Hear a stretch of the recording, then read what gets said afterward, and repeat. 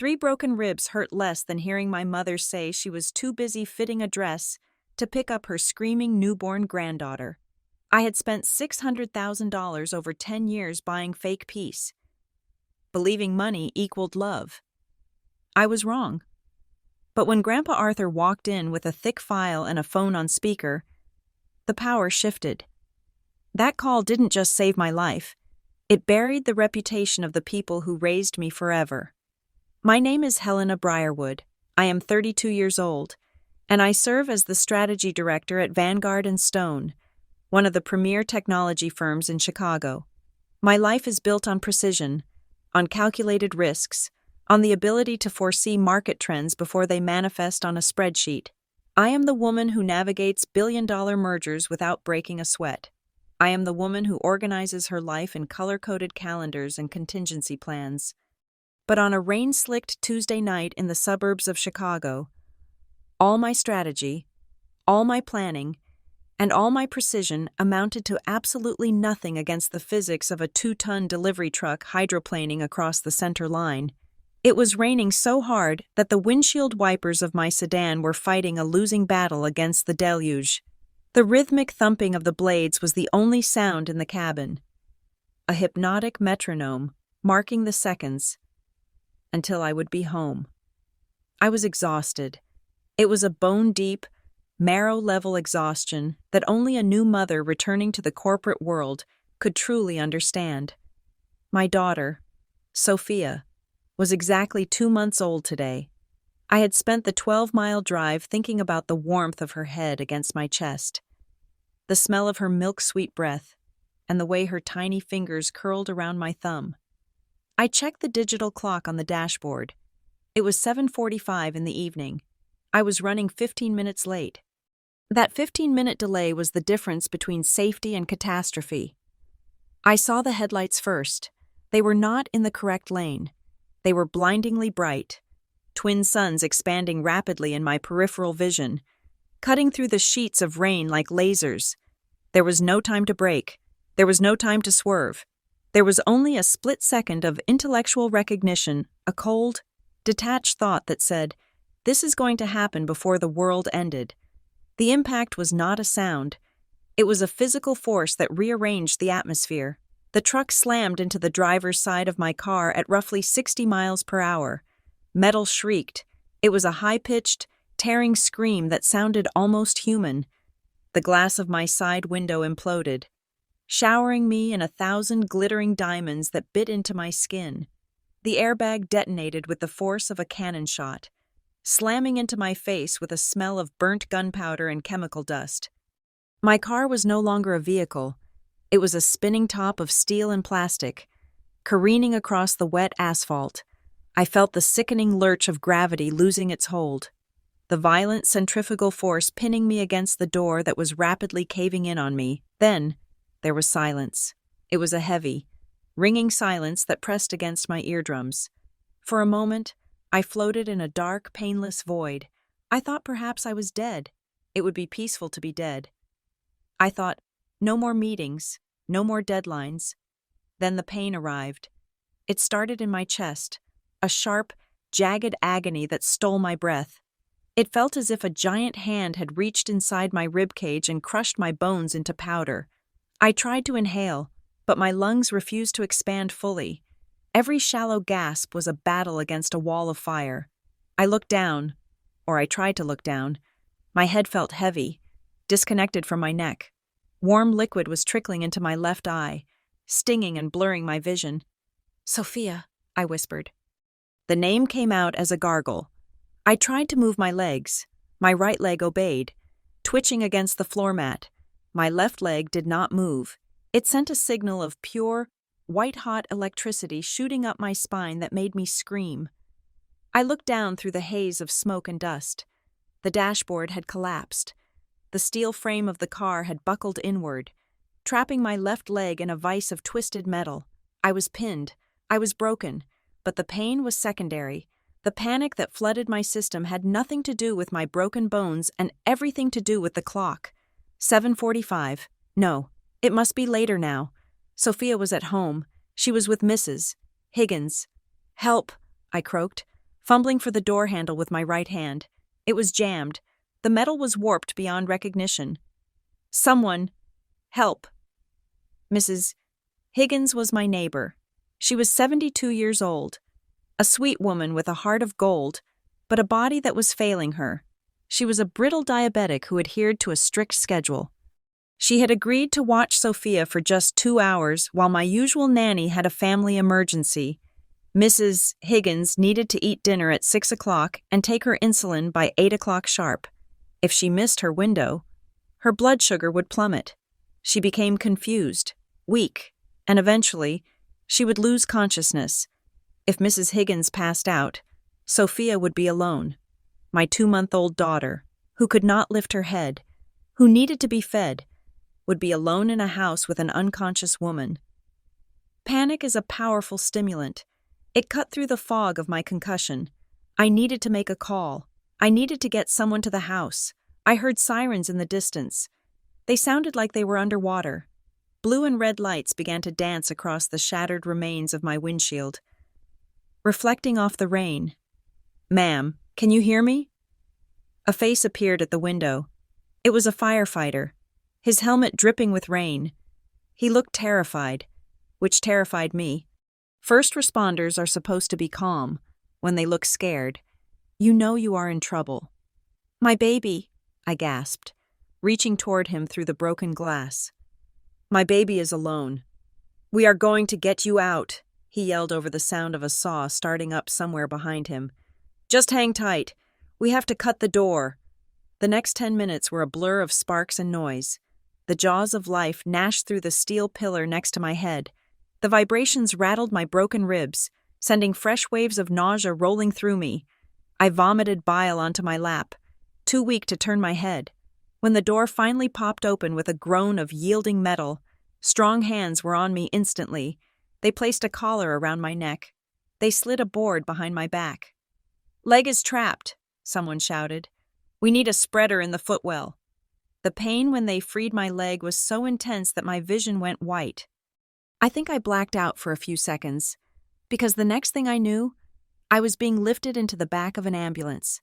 The rain was cold on my face, mixing with the hot blood running from my forehead. "Vitals are unstable," a woman's voice said. "BP is 90/60, heart rate is 140, multiple rib fractures, possible internal bleeding, left femur fracture, head trauma." I opened my eyes. The paramedic was hovering over me. She looked to be in her late 40s, with kind eyes and a no-nonsense jawline. She was cutting my silk blouse open to attach electrodes to my chest. "Phone," I managed to say. I tried to lift my hand, but it was trembling so violently I couldn't control it. "I need my phone." "You need to rest, honey," the paramedic said, working quickly. "We are taking you to County General. We'll call your family from there." "No." I tried to sit up, but the pain slammed me back down. "Now, my baby, please." The desperation in my voice must have reached her. She paused, looking at the tears mixing with the blood on my cheeks. She reached into the pocket of my ruined blazer, which they had cut off me, and pulled out my smartphone. The screen was shattered, a spider web of cracks, but it lit up when she pressed the side button. "Unlock it," she said, holding it in front of my face. I stared at the screen until the facial recognition registered my battered face. It unlocked. "Who am I calling?" she asked. "Mom," I whispered. "Valerie." My husband, Lucas, was in London.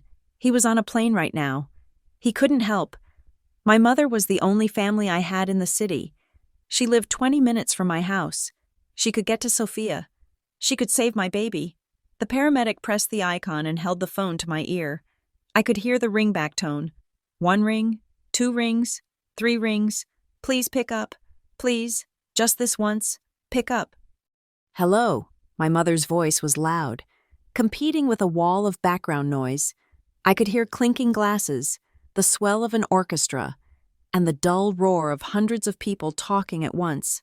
"Mom," I choked out. "Mom, it's me." "Helena." She sounded annoyed. "I can barely hear you.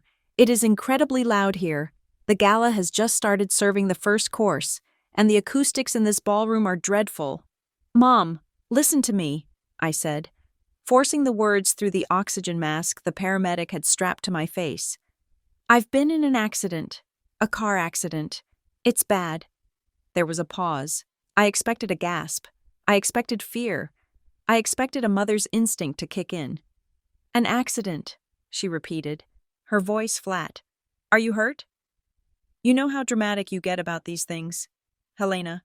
Remember when you scratched your bumper and called me crying because you thought the frame was bent? I am in an ambulance, I sobbed. The pain in my chest was becoming unbearable, making it hard to get enough air to speak. My car is totaled. They are taking me to the hospital. Mom, Sophia is at home. Well, where is Lucas? She asked. I could hear her taking a sip of something. Let him deal with it. Lucas is in London, I cried. Sophia is with Mrs. Higgins, but Mrs. Higgins is diabetic. She needs her insulin. I'm late. If she passes out, Sophia is alone. Mom, you have to go get her. Please, you have to go get Sophia. Now, her voice rose an octave, sharp with incredulity. Helena, are you being serious right now? I am at the Starlight Charity Gala. I am the chairwoman of the silent auction. I have the mayor sitting at my table. Mom, I have 3 broken ribs, I screamed. Or I thought I screamed, but it came out as a ragged wheeze. My leg is crushed. I am bleeding. My baby needs you. Lower your voice, she hissed. People are looking at me. Look, Helena, I simply cannot leave. I am the center of attention here. If I walk out now, it will look terrible. The press is here. Just call a car service, or call that nanny agency you use. Why do you always have to make your problems my problems? I stared up at the ceiling of the ambulance. The bright fluorescent lights were burning into my retinas. The paramedic was staring at me, her mouth slightly open, her eyes wide with shock. She could hear every word. Mom, I pleaded, my voice breaking into jagged shards. She is your granddaughter. She is 2 months old. Mrs. Higgins could go into a coma. Please, it is 20 minutes away. Just leave the party. I am not leaving the party. Helena, my mother snapped. Stop being so selfish. You always do this. You create chaos and expect everyone to drop everything to fix it. I finally have a night to myself, a night to shine, and you want me to ruin it to play babysitter because you failed to plan properly. No, call a service. I will come by the hospital next week when I'm back from the spa retreat. Goodbye. Mom, wait. The line went dead. I stared at the cracked screen of the phone. The photo of my mother smiling at the camera, holding a glass of champagne, stared back at me. She looked so happy in the photo. She looked like a mother who loved her children. The deception was so complete that for 32 years, I had almost believed it myself. She hung up, I whispered. The realization hit me harder than the truck had. She isn't coming. My heart rate monitor began to scream. The beeping became a rapid, frantic rhythm that matched the terror in my soul. Sophia, my baby, alone, hungry, crying. Mrs. Higgins passed out on the floor. We need to sedate her, the paramedic shouted to the driver. Her pressure is spiking. No, I tried to grab the paramedic's arm. Call someone else. Call. But I had no one else. My friends were working. My in-laws were in Arizona. I was alone. I was the strategy director who had planned for everything except the indifference of her own mother. My vision began to tunnel. The edges of the world turned gray, then black. The pain in my leg receded, replaced by a cold numbness that spread up my body. Stay with me, honey, the paramedic said, her face swimming in front of me. She took the phone from my limp hand. What is the code I will make the call? Who do I call? Save my baby, I murmured. The darkness was pulling me down, a heavy, velvet weight. I will, the paramedic said. Her voice was fierce, the only anchor in the storm. I promise you, I will find someone. Just breathe. But I couldn't breathe. The blackness swallowed me whole.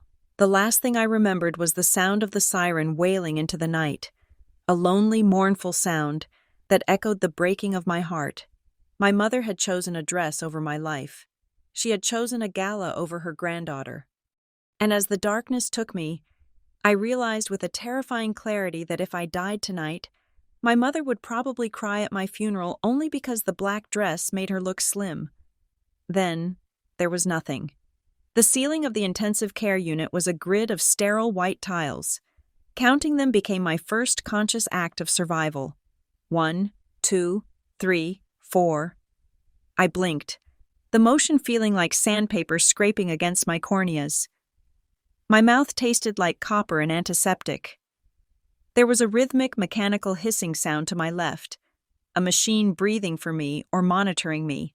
I could not tell which. I tried to turn my head, but a rigid collar locked my neck in place. The panic that had consumed me in the ambulance came rushing back, not as a wave, but as a solid, suffocating block of ice in my chest. Sophia, I tried to speak, but my throat was raw, likely from intubation during surgery. A croak escaped my lips. Immediately, a nurse appeared in my limited field of vision. She was young, efficient, wearing navy blue scrubs. She checked the monitor above my head before looking down at me with professional sympathy. "Welcome back, Mrs. Briarwood," she said softly. "You are in the ICU at County General. You have been in surgery for 6 hours. You are safe." "My baby," I whispered. The words were shards of glass in my throat. The nurse nodded, as if she had been expecting this exact question. She placed a hand on my shoulder, avoiding the bandages. "Your daughter is safe. The paramedic who brought you in, Sarah. She coordinated with a service called Elite Nanny. A woman named Margaret is with your daughter at your home now. She sent a photo to the intake desk to confirm she had relieved your neighbor." The relief was so profound it made me dizzy.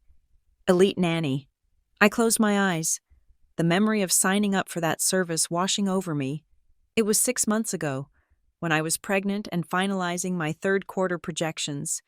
I had been sitting in my corner office, looking at the spreadsheet of my life, and I had realized a cold, hard truth: I could not rely on my family.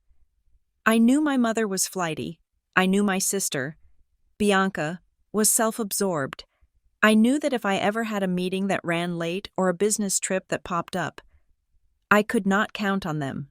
So, I had purchased the Platinum membership with Elite Nanny, a 24-hour emergency childcare service usually reserved for diplomats and traveling executives. I had viewed it as an insurance policy against incompetence. I had viewed it as a backup plan for when my mother forgot a commitment or when Bianca was too hungover to babysit. I had never, in my darkest nightmares, imagined that I would need it because my mother chose a party over my life. I had prepared for flaky behavior. I had not prepared for malice.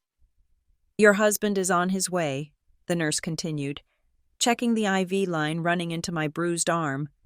"He called from the plane. He is landing in 3 hours." Lucas, my solid, dependable Lucas. I wanted him here. I wanted to bury my face in his chest and scream until my lungs gave out. But I couldn't move.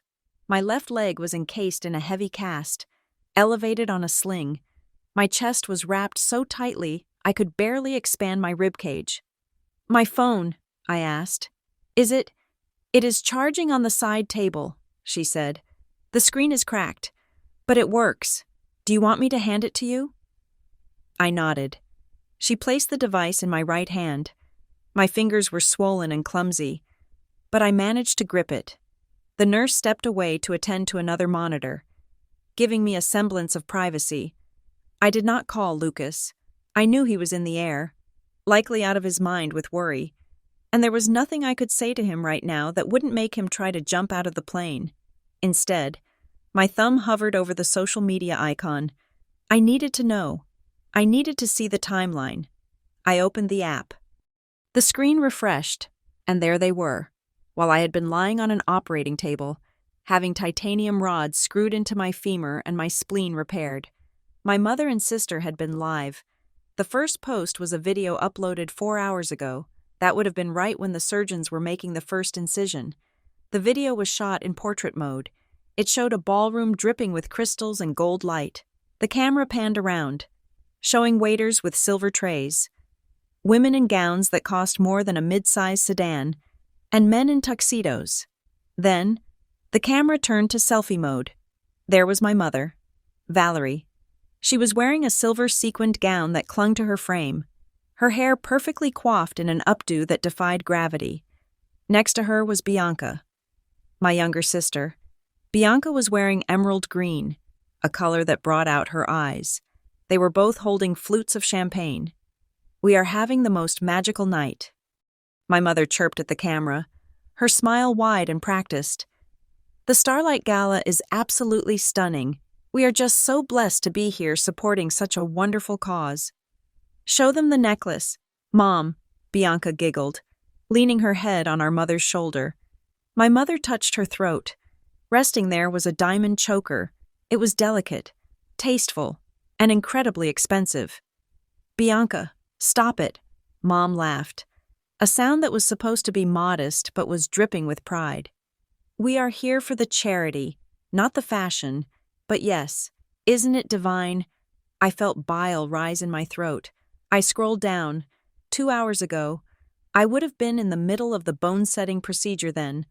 A photo of Bianca. She was wearing the necklace now. The caption read, "Thanks, Mom, for letting me borrow the diamonds. We are literally the best-looking duo here. So much love for my family. Blessed Gala. Life diamonds are a girl's best friend." I zoomed in on the photo, the necklace. I recognized it. Not because I had seen it before, but because I had seen the bill. 3 weeks ago. My mother had called me.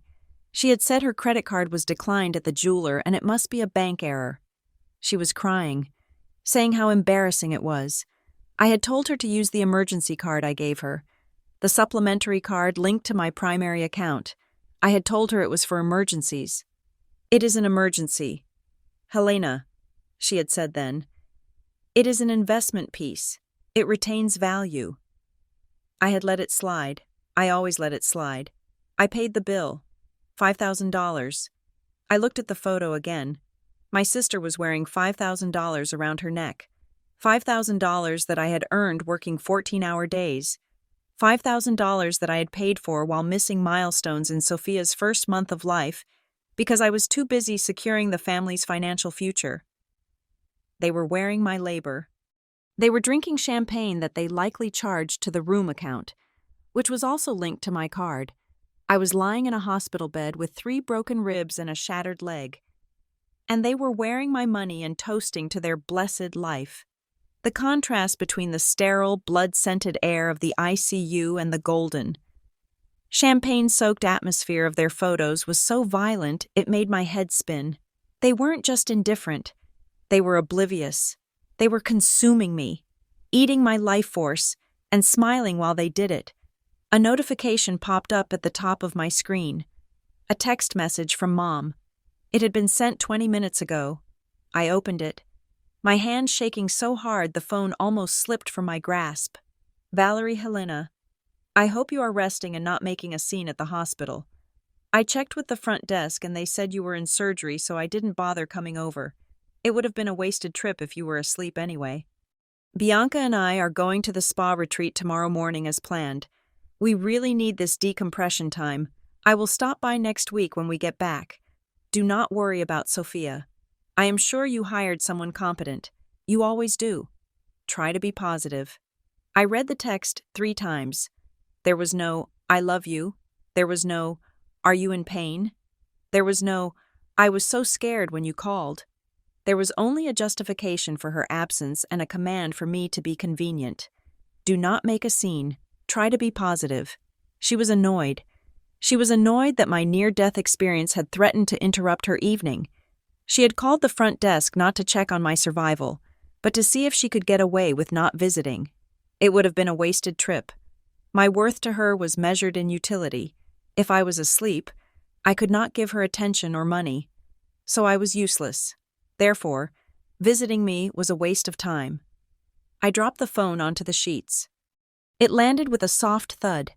Tears began to leak from the corners of my eyes, running hot down my temples and into my ears. I didn't make a sound. It wasn't the pain of the broken ribs, though every breath was a struggle. It wasn't the throbbing agony in my leg.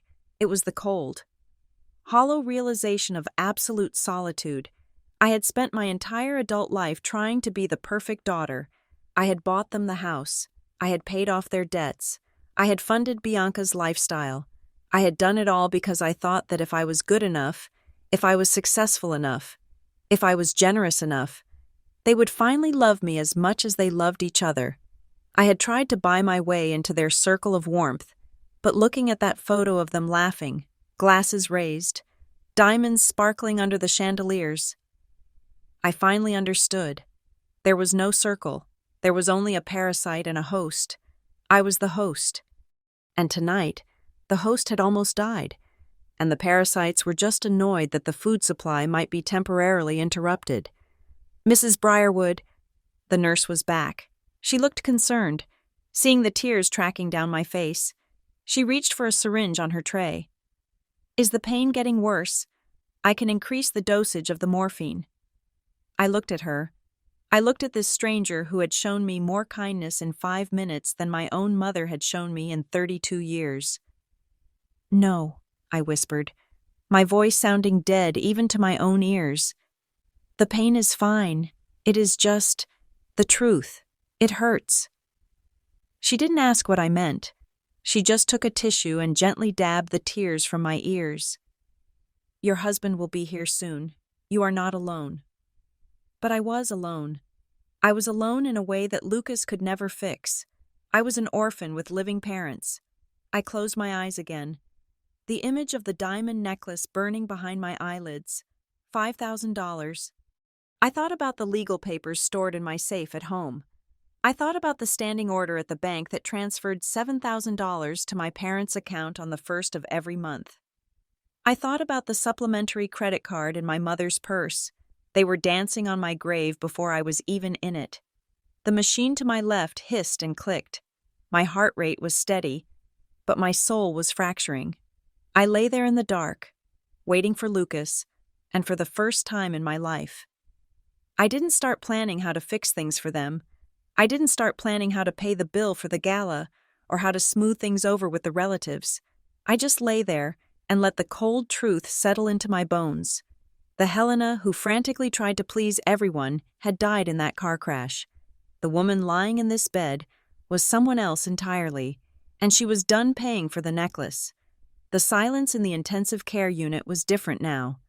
It was no longer the empty, hollow silence of abandonment that had suffocated me an hour ago.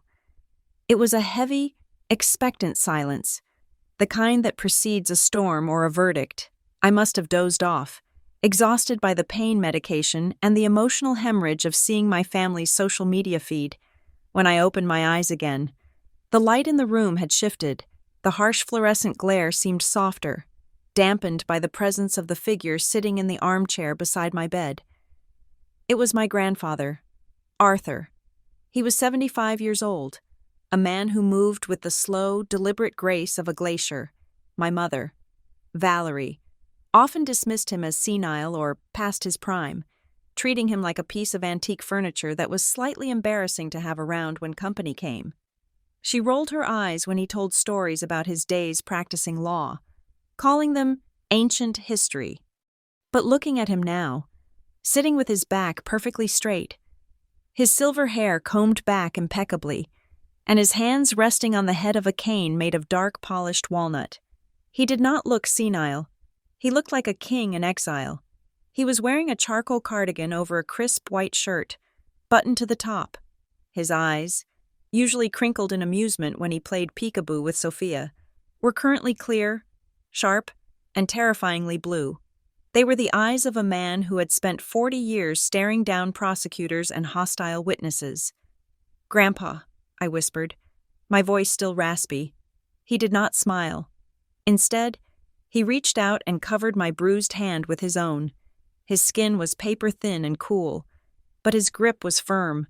It was a grounding force, tethering me back to the earth when I felt like I was floating away. I am here, Helena, he said. His voice was a low rumble, devoid of the frantic pitch that usually accompanied my family's conversations. I am not going anywhere. How did you know? I asked. I didn't call you. I didn't want to worry you. Mrs. Higgins called me, he replied. The paramedic called her to confirm the nanny had arrived, and Mrs. Higgins, bless her heart, called me in a panic. She told me everything. He paused, his thumb brushing over the IV tape on the back of my hand. Then he reached into the leather satchel he had placed on the floor. He pulled out two things. The first was a small digital recorder. The second was a thick, navy blue file folder. The paramedic, Sarah, is a smart woman, Arthur said, placing the recorder on the bedside table. She recorded your call with your mother. It is standard protocol for liability when a patient is in distress and refuses transport or, in your case, is trying to arrange care for a minor. She gave it to me when I arrived. I felt a flush of shame heat my cheeks. You heard it. I heard every word, Arthur said.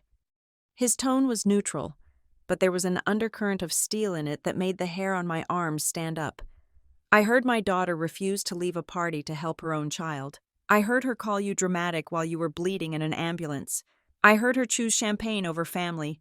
I turned my face away, staring at the wall.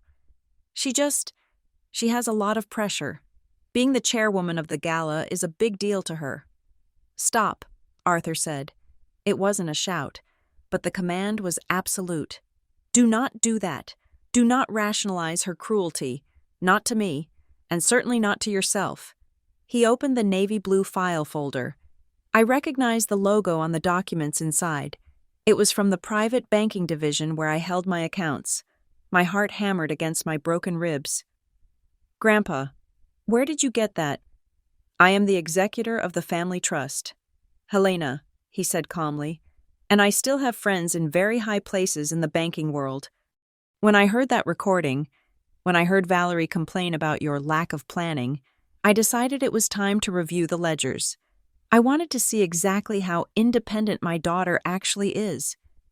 He pulled out a spreadsheet. It was color-coded, just the way I liked them, but seeing it in his hands made me feel exposed, like a child caught with a hand in the cookie jar. $7,000, Arthur read from the page, his eyes scanning the columns. Every single month, on the first of the month, for the last 10 years, you transfer $7,000 to a holding account, which then disperses the funds to pay the mortgage on the lake house, the lease on your father's luxury sedan, and the tuition for Bianca's children. I swallowed hard. Grandpa, please, Dad needed help. After the bankruptcy. Richard went bankrupt 10 years ago, Arthur interrupted, his voice cutting through my excuses. He lost everything in that real estate scheme. He was going to lose the lake house. He was going to lose his club membership. He was going to lose face. He was depressed, I said, the old script coming to my lips automatically. He couldn't handle the shame. I wanted to help. I told them the money was from a diversified portfolio I set up for him with the last of his assets. I told them it was dividends. Dividends, Arthur repeated, tasting the word like sour milk. You told them it was passive income. You let them believe that Richard was a financial genius who had simply moved his money into smarter investments. You let them believe that they were still rich. I had to, I whispered. Dad was talking about ending it. He couldn't live without the lifestyle. And Mom would have left him if the money ran out. I just wanted to keep the family together. Arthur looked at me, and for the first time, his expression softened into profound sadness. So you became the engine. You worked 80-hour weeks.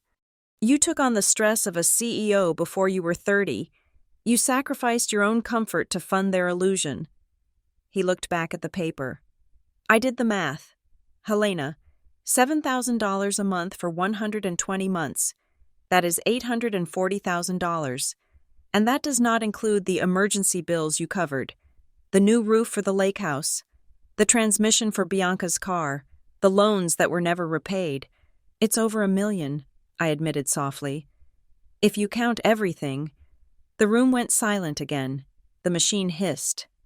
"Let me ask you a question," Arthur said, leaning forward. His blue eyes locked onto mine. "In 10 years, did they ever say thank you?" I opened my mouth to say yes, but the lie died in my throat. I searched my memory. I searched for a moment of gratitude, a card, a hug, a whisper of acknowledgement. "No," I said, my voice trembling, "because they don't know it's me. They think it's their money. They think the dividends are just appearing. But they treat you like you are stingy," Arthur observed. "I have seen it. At Christmas dinners, Valerie makes jokes about how you buy practical gifts. Richard comments that you work too much and don't know how to enjoy life. Bianca calls you a bore." Tears stung my eyes again. "They think I'm the pragmatic one, the joyless one. They think they are the carefree spirits who know how to live. And I am just the worker bee who doesn't understand sophisticated things. Dad tells me I should learn to invest like him. He lectures me on finance using the money I gave him. The absurdity of it, spoken aloud in the quiet sanctity of the hospital room, was suffocating.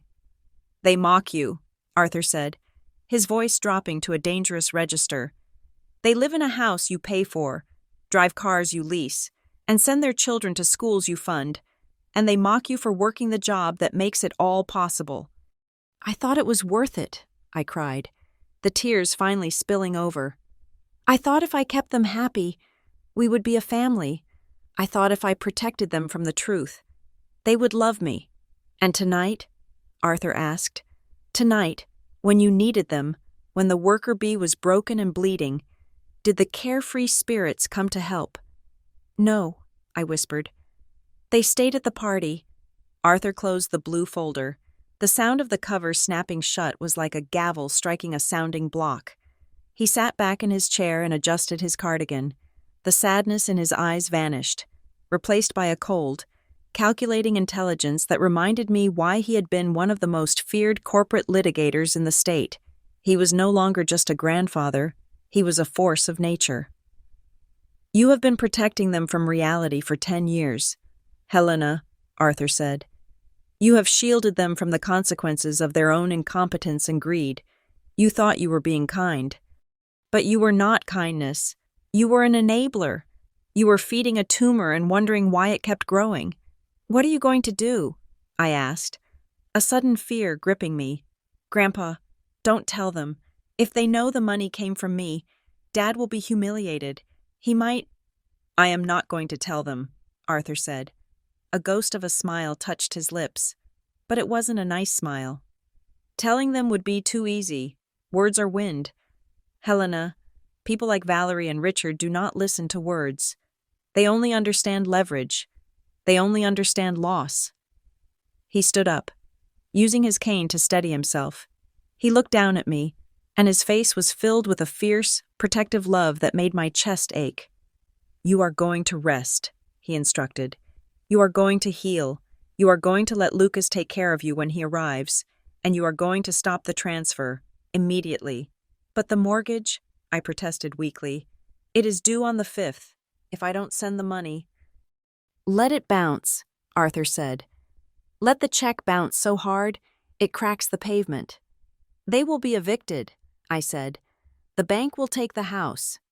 "Actually," Arthur said, pausing at the foot of my bed, "that is the interesting part. You see, Richard told you the house was refinanced with a predatory lender after the bankruptcy, which is why you had to pay directly to that obscure holding company, but that is not entirely true."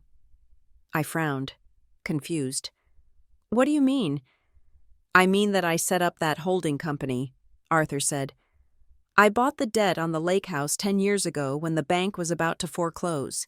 I didn't want my grandchildren to be homeless. So, technically, Helena, you haven't been paying a bank. You have been paying into a trust that I control." My jaw dropped. You own the lake house." "I do," Arthur nodded. "And the terms of the lease agreement which Richard signed without reading, because he is arrogant state that the tenants must maintain good moral standing and financial solvency by failing to pay the rent themselves for a decade, and by abandoning a family member in critical condition. Well, he tapped the blue file folder with his finger. I believe they are in breach of contract. He walked to the window and looked out at the rainy Chicago night. His silhouette against the city lights looked immense. They called you a consequence, Helena, he said, his voice low. Valerie told her friends you were a consequence of her youthful indiscretion. I heard her say it once, years ago. Tonight, she treated you like an inconvenience. He turned back to me. It is time to teach my daughter and my son-in-law a lesson about ownership. It is time they learned that the only reason they have a roof over their heads or a shirt on their backs is because of the daughter they despise. And I am going to enjoy watching them learn it. He checked his watch. Rest now, my dear. The storm is outside. In here, you are safe. I have a phone call to make to my attorney. As he sat back down and opened his phone, dialing with slow, deliberate movements, I realized something profound. I had spent my life afraid of my mother's disapproval, afraid of her sharp tongue and her cold shoulder, but I had forgotten who she was afraid of. She was afraid of her father, and her father was finally on my side. Lucas arrived at the hospital at 2 a.m. He burst through the double doors of the ICU looking like a man who had run all the way from Heathrow Airport. His suit was rumpled, his tie was gone, and his eyes were wild with a mixture of terror and exhaustion.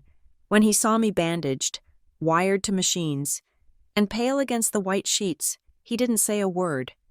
He just collapsed into the chair beside the bed and buried his face in the crook of my neck, his shoulders shaking with silent sobs.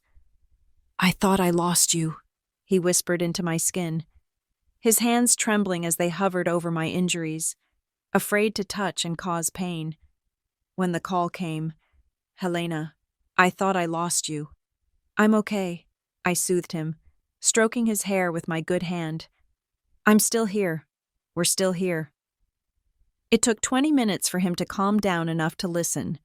When I told him about the accident, about Sophia being alone, and about my mother's refusal to help, his grief transformed instantly into a cold, dangerous rage. Lucas is a gentleman, a data analyst who loves spreadsheets and quiet Sundays. But in that moment, I saw a darkness in his eyes I had never seen before. She left Sophia alone, he asked, his voice deadly quiet. She knew you were in an ambulance, and she left our daughter alone. She was at a party, I said. She didn't want to leave. Lucas stood up and walked to the window. His hands clenched into fists so tight his knuckles were white. I am going to kill her. I am going to drive to that lake house and I am going to burn it to the ground. Sit down, son, Grandpa Arthur said from the corner. He had been watching silently. Arson is messy. We have a better way. For the next 3 hours, under the harsh light of the hospital room, the three of us conducted a forensic audit of my family's life. Lucas pulled out his laptop, connected to the hospital Wi-Fi, and we began to dismantle the lie I had been funding for a decade. Okay, Lucas said, his fingers flying across the keyboard. Let's look at the cash flow. You send $7,000 a month to the Phoenix Holdings account. That's the account your dad gave you, right? The one he said was for the restructured mortgage. Yes, I said. He said the interest rate was variable, so he needed a buffer. He said whatever wasn't used for the mortgage would go into a savings account for repairs. Phoenix Holdings, Arthur said, leaning forward on his cane. That is the shell company I set up to buy their debt. I own Phoenix Holdings. Lucas looked up, confused. If you own it, Arthur, then where is the money going? Because I'm looking at the transaction history for Helena's transfers, and the money goes into Phoenix Holdings. But then it immediately bounces out to 3 other accounts. Show me, Arthur commanded. Lucas turned the screen. Here, every month on the 2nd, right after Helena's deposit hits, there's a transfer of $2,000 to Lakeside Country Club. That's Richard's golf membership. Then there's a transfer of $1,500 to Prestige Leasing. That's a car payment. A Mercedes, I murmured. Dad drives a new S-Class. He told me he leased it with a special senior discount rate. $1,500 is not a discount, Lucas noted dryly. And here's the big one. $3,500 a month goes to an account labeled B. Miller. Bianca, I said. Miller was her married name before she got divorced. She had kept it. Wait, 3,500. That's half the money. Exactly, Lucas said. And look at the memo lines on these transfers. Tuition, ballet, rent support, Helena. You aren't paying your parents' mortgage. You are paying Bianca's alimony. I felt sick. But Dad said the mortgage was $5,000 a month. He showed me the papers. He showed you forged papers, Arthur said, his voice heavy with disgust. Or at least, manipulated ones. The actual payment I require from them, the rent to cover property taxes and insurance, is only $800 a month. That is all. The house is paid off. I paid it off 10 years ago. The room spun. The house is paid off. Completely, Arthur confirmed. I let them live there for $800 a month. I told them to keep it quiet so they wouldn't lose face in the community. I told them they could tell people they were managing their assets. I didn't know they were telling you they were drowning in debt. So, I said, my voice trembling as the math clicked into place. I send them $7,000. The real bill is $800. They have $6,200 of pure profit every single month, and they use it to play golf, drive luxury cars, and fund Bianca's life. And then they charge their emergencies to your credit card on top of that, Lucas added, slamming the laptop shut. Helena, this isn't support. This is embezzlement. They are stealing from you. They have been stealing from you for 10 years. They lied to me, I whispered. They looked me in the eye, cried about losing their home, about being destitute, and they were sitting on a paid-off house while I worked myself into the ground. The betrayal was physical. It felt like the seatbelt cutting into my chest all over again. I remembered the nights I stayed late at the office, missing dinner with Lucas, missing Sophia's bedtime, just to make sure that transfer went through. I remembered the guilt I felt when I bought myself a nice pair of shoes, thinking I should be saving more for Dad's debt. I had starved my own joy to feed their greed. Just then, my phone buzzed on the bedside table. It was buzzing incessantly. It's Bianca, Lucas said, glancing at the screen. His jaw tightened. Do not answer it. Give it to me, I said. My voice was cold. I felt a strange calm settling over me, the calm of a bridge that has finally burned its last timber. I picked up the phone. Hello? Finally! Bianca's voice shrieked through the speaker. What the hell is wrong with you? Helena, I am standing at the checkout counter at the spa, and the card was declined. The black card. The one Mom gave me. The one I pay for, I corrected her. Whatever, she snapped. It's declining. The receptionist is looking at me like I'm a pauper. It is so embarrassing. Fix it. Call the bank right now and authorize the charge. It's only $600 for the facial and the seaweed wrap. I can't fix it. Bianca, I said. I'm in the hospital. Oh my God, are you still on about that? She groaned. Mom said you just bumped your head. You are always so dramatic. Look, I don't care where you are. Just open your banking app and unfreeze the card. I cannot leave until this is paid. Use your own card, I said. My card is maxed out, she yelled. You know I'm tight this month. The kids' tuition is due. Tuition that I pay, I said.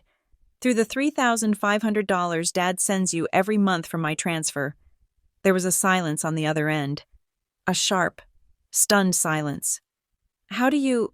She stammered. Dad said that was from his investment fund. Dad lied, I said. It's my money. It has always been my money. The golf membership, the Mercedes, your rent, your kids' school, the necklace you are wearing in your Instagram photo, all of it, me. You're lying, she sputtered, but her voice lacked conviction. She knew, deep down, she had to know that her father, a failed real estate agent who hadn't worked in a decade, wasn't generating $5,000 a month in dividends. I am not lying, I said, but I am done. The card is canceled. Bianca, not frozen. Cancelled. It will never work again. You can't do that, she screamed. Mom, come here. Helena is cutting us off. I could hear my mother's voice in the background, muffled but angry. Then Bianca came back on the line. Mom says you are being a petty bitch because she didn't come to hold your hand last night. She says if you don't turn the card back on, don't bother coming to Thanksgiving or Christmas. I won't, I said. And Bianca. What? She hissed. I have 3 broken ribs, a shattered femur, and internal bleeding. I almost died last night, and you are worried about a seaweed wrap. Oh, please, she scoffed. If you were dying, you wouldn't be on the phone. You're fine. You're just jealous because we are having fun, and you are stuck in a hospital bed. Mom is right. You are rich, but you are miserable. You are so stingy. Just pay the bill. Helena, stop being a martyr. I looked at Lucas. I looked at Grandpa Arthur. Goodbye, Bianca, I said. Wait, you can't leave me here. How am I supposed to pay? Figure it out, I said. Maybe you can sell the necklace. I hung up. Then, I blocked the number. I looked at Lucas. Block them all, Mom. Bianca, block their emails, block their texts, block them on social media. Lucas nodded, taking the phone from my hand. With pleasure.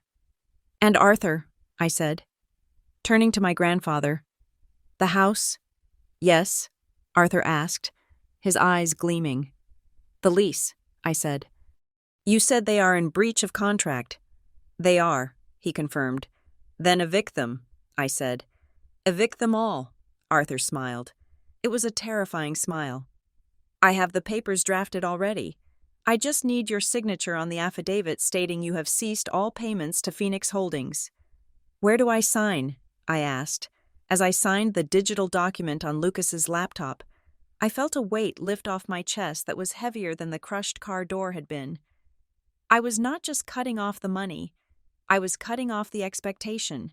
I was cutting off the hope that they would ever change. I was free, broken, battered, and in agony. But for the first time in 10 years, I was free. The arrival of my parents was not marked by the squeak of rushing rubber soles or the breathless panic of worried loved ones. It was marked by the distinct, sharp clicking of my mother's designer heels on the hospital linoleum, a sound that echoed with an impatient, staccato rhythm. They arrived at 3 o'clock in the afternoon. It had been nearly 20 hours since my accident. It had been 12 hours since I called them begging for help. They had finished their gala, slept in at their hotel, presumably had a leisurely brunch, and then, only because Grandpa Arthur had summoned them with a vague but commanding text message, had they deigned to drive to the hospital. I was propped up in bed, my left leg elevated in its heavy plaster cast, the IV line dripping a clear saline solution into my arm. Lucas sat on my right, his hand resting protectively on the bed rail. Grandpa Arthur sat in the armchair in the corner, deep in the shadows, his hands folded over the head of his cane. When the door swung open, it wasn't tentative. My mother pushed it open with the back of her hand, likely to avoid touching a germ-ridden surface. "Good Lord," Valerie said before she even looked at me. She wrinkled her nose, waving a manicured hand in front of her face. "The smell in here is absolutely atrocious. It smells like rubbing alcohol and despair. Richard, did you bring the sanitizer?" "I have it," my father grunted. Walking in behind her, he looked annoyed, checking his gold wristwatch, a watch I had bought him for his 60th birthday. Parking was ridiculous. $20 for the valet. This hospital is a racket. They stood at the foot of my bed. Neither of them rushed to my side. Neither of them touched me. My mother looked at my bruised face, at the dark purple swelling around my eye and the stitches on my forehead, and she didn't flinch with sympathy. She sighed. It was a long, beleaguered sigh, the kind one makes when a flight is delayed or a waiter brings the wrong order. "Well," she said, crossing her arms over her chest. She was wearing a cream-colored cashmere sweater set that cost more than my first car. "You certainly look a fright. Helena, I told you that you were being dramatic on the phone, but I suppose you really did manage to wreck the car this time." "Hello, Mom," I said.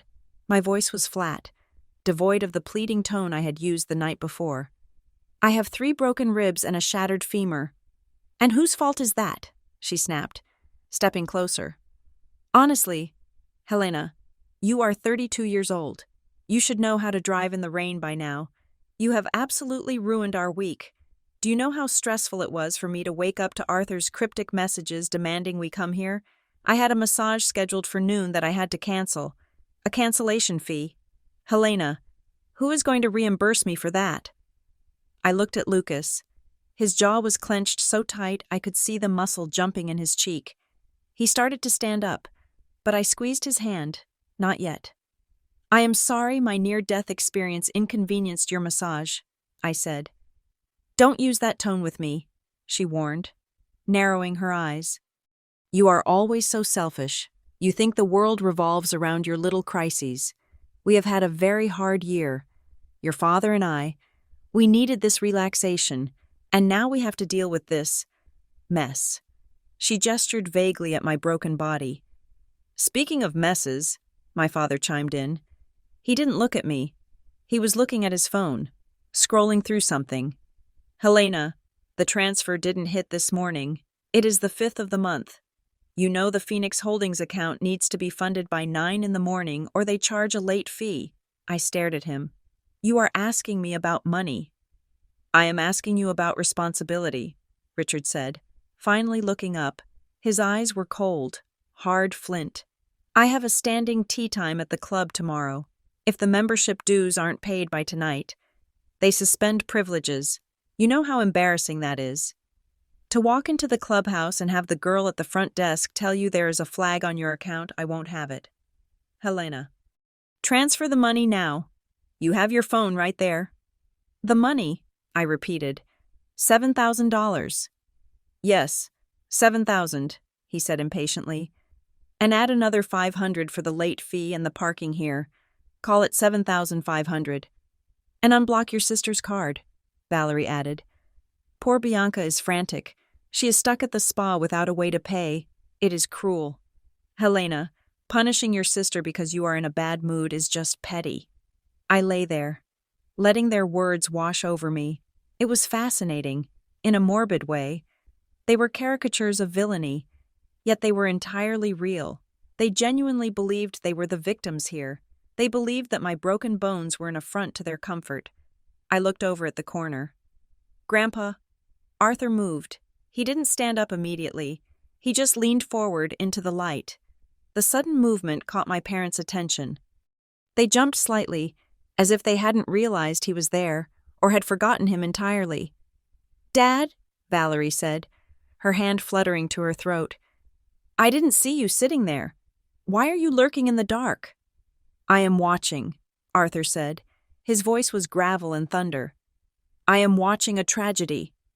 Oh, don't start with your theatrics, Richard scoffed. Helena is fine. She is awake. She is talking. She just needs to handle her obligations. Arthur stood up then. He moved slowly, painfully, but with an authority that sucked the air out of the room. He walked to the side of my bed, placing himself between me and them. He reached into his jacket pocket and pulled out the thick stack of bank statements we had printed earlier that morning.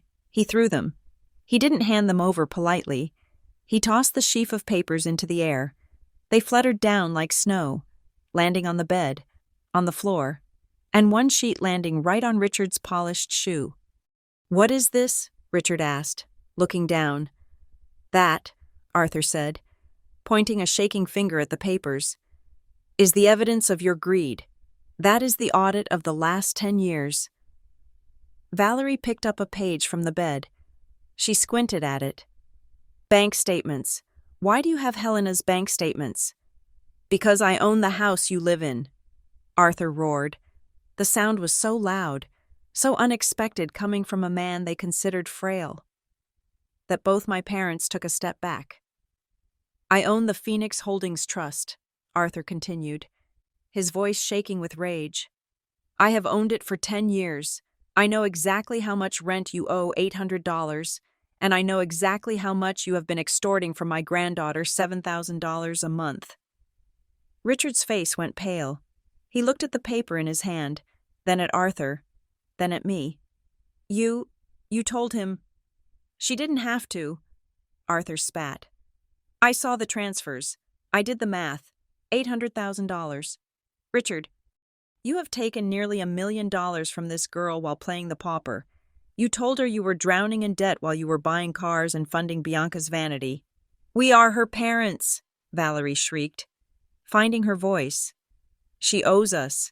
We raised her. We put clothes on her back. You raised her to be your servant, Arthur countered. And last night, when she was bleeding on the side of the road, when she begged you for help, you turned your back on her. I heard the recording. Valerie, I heard you choose a party over your dying daughter. It was a charity gala, Valerie yelled, her face turning an ugly shade of red. I have a reputation to maintain. Your reputation is garbage, Arthur said coldly.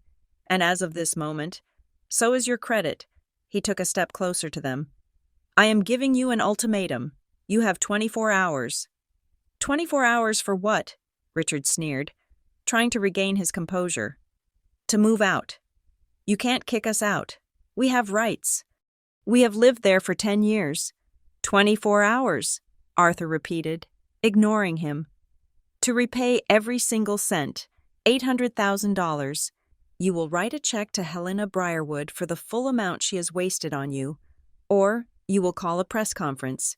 You will invite all your society friends, all the people at the club, all the donors from your gala, and you will admit the truth. You will tell them that you are frauds who have been living off your daughter's charity while neglecting her. You will apologize to her publicly, on record. There was a moment of stunned silence. Then, my parents did something I did not expect. They started laughing. It began as a chuckle from Richard, then a high-pitched giggle from Valerie, until they were both laughing openly, shaking their heads as if Arthur had just told a particularly amusing joke. Oh, Dad, Valerie said, wiping a tear of mirth from her eye. You really are losing it, aren't you? Repay $800,000, or what you'll spank us. You are an old man. You have no power. And you, Richard said, looking at me with a sneer, you are going to let him talk to us like this? After everything we did for you, you think you can just cut us off? We are family. Helena, family supports each other. Family shows up, I said quietly. You didn't. We are here now, Richard shouted. But clearly, you are not in your right mind. Look at you. You have a head injury. You are on heavy narcotics. He turned to Valerie, a calm, predatory look entering his eyes. Valerie, honey, I think we need to call Dr. Evans. Helena is clearly confused. She is irrational. She is making wild accusations and financial decisions that are self-destructive. What are you talking about? Lucas stood up. His fists clenched. Conservatorship, Richard said, the word hanging in the air like a guillotine blade. If Helena has suffered a traumatic brain injury, which she clearly has, she is not fit to manage her own estate. She has a child to think of. Someone needs to step in and take control of her assets to protect her from outbursts like this. My blood ran cold. They weren't just refusing to pay. They were threatening to take everything. They were threatening to declare me mentally incompetent so they could seize control of my bank accounts, my house, and potentially, my daughter. You wouldn't, I whispered. Try me, Richard hissed. You stop that transfer. You cancel those cards. And I will have 3 psychiatrists in here by tomorrow morning testifying that you are unstable. I will tell the court you are suicidal. I will take power of attorney. Helena. And I will make sure that money keeps flowing exactly where it belongs, to your family. Valerie smoothed her skirt, looking smug. It is for your own good, sweetheart. You are clearly hysterical. We just want to help you manage your burden. Arthur went very still. He looked at Richard with an expression that was no longer angry. It was something far worse. It was the look of a general who has just decided that the enemy army must be not just defeated, but annihilated. Get out, Arthur said softly.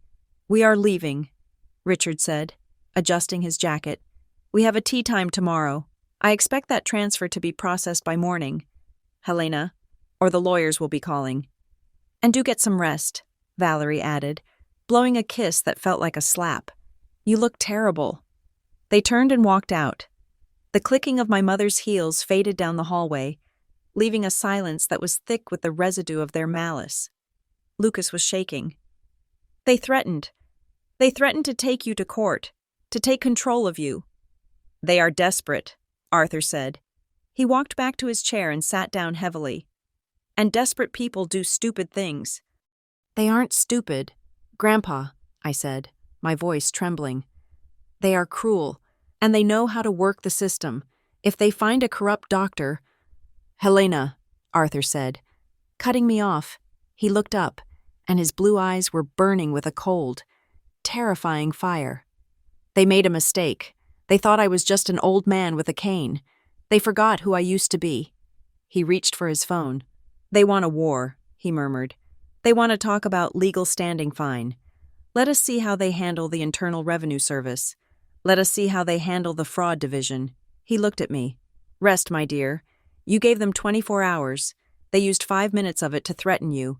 The clock is ticking, and when it hits 0, I'm going to burn their world down. I looked at the door where they had exited. I realized then that I had been mourning the loss of parents I never actually had. The people who just left were not parents. They were monsters in designer clothes. And for the first time in my life, I didn't want to save them. I wanted to help Arthur light the match. The tears stopped falling at exactly 4 o'clock that afternoon. There is a specific mechanism in the human brain that triggers when grief becomes too inefficient to sustain. In my professional life, when a merger is failing or a stock is plummeting, I do not cry. I analyze the hemorrhage. I identify the necrotic assets, and I amputate. My parents and my sister were no longer family. They were necrotic assets. They were a bad investment that had been bleeding my portfolio dry for a decade, and now they were threatening a hostile takeover of my life via a conservatorship. I wiped my face with the rough hospital sheet. I adjusted the bed to a full upright position. I looked at Lucas, who was pacing the room like a caged tiger. Call James, I said. My voice was no longer trembling. It was the voice I used when I fired underperforming managers. Tell him to bring the full retention paperwork, and tell him to bring a notary. James Thorne was my personal attorney, a man who charged $600 an hour and was worth every penny. He arrived within 45 minutes, looking impeccable in a pinstripe suit that seemed out of place amidst the beeping monitors and IV poles. He set up a mobile office on my bedside table, laying out documents with military precision. We are going to execute a scorched earth protocol, I told James, ignoring the thumping pain in my chest. First, I want to formally revoke any and all standing orders at the bank. No more transfers to Phoenix Holdings. No more auto pay on the credit cards. I want written confirmation from the bank that these accounts are locked down. Done, James said, typing rapidly on his tablet. I will have the confirmation letters emailed to you within the hour. Second, I continued, I want a cease and desist letter sent to Richard and Valerie Briarwood and Bianca Miller. They are not to contact me, my husband, or my employer. Any further threats of conservatorship will be met with a countersuit for harassment and extortion. I will have a courier deliver those this evening. James nodded. But Helena, regarding the conservatorship threat, if they file a petition, they could freeze your assets temporarily while the court investigates. It is a common tactic in high net worth disputes. That is why we are doing the third thing, I said. I turned to Grandpa Arthur. He was sitting in his chair, watching me with a look of intense approval. He saw the shift in me. He saw the granddaughter who used to bake cookies vanish, replaced by the strategy director who crushed competitors. I am assigning durable power of attorney to Arthur Sterling, I announced, effective immediately. He will have full authority over my medical decisions, my financial assets, and my legal representation should I be incapacitated or should my competence be challenged.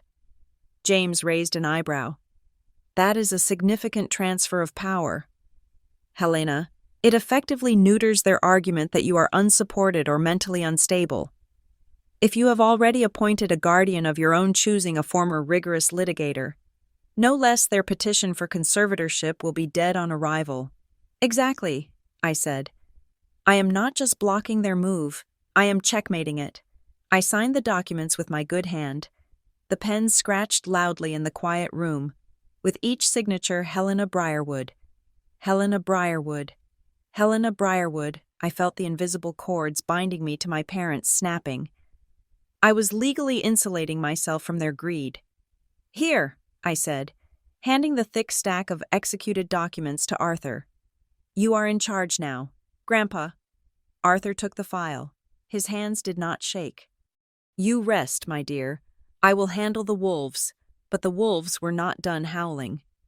An hour later, the door to my room slammed open so hard it hit the stopper on the wall with a deafening crack. Bianca stood there. She looked deranged. Her mascara was running.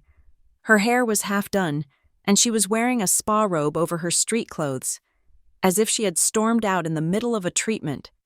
You bitch, she screamed, pointing a manicured finger at me. You actually did it. You embarrassed me in front of the entire staff. Lucas stood up, stepping between her and the bed. Bianca, get out. No, she shrieked, dodging around him.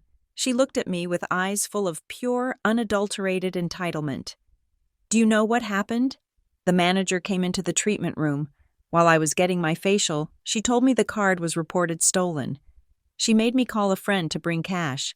I had to wait in the lobby for 45 minutes like a criminal. You are a criminal, I said calmly. Using a stolen credit card is a felony. I could have had you arrested.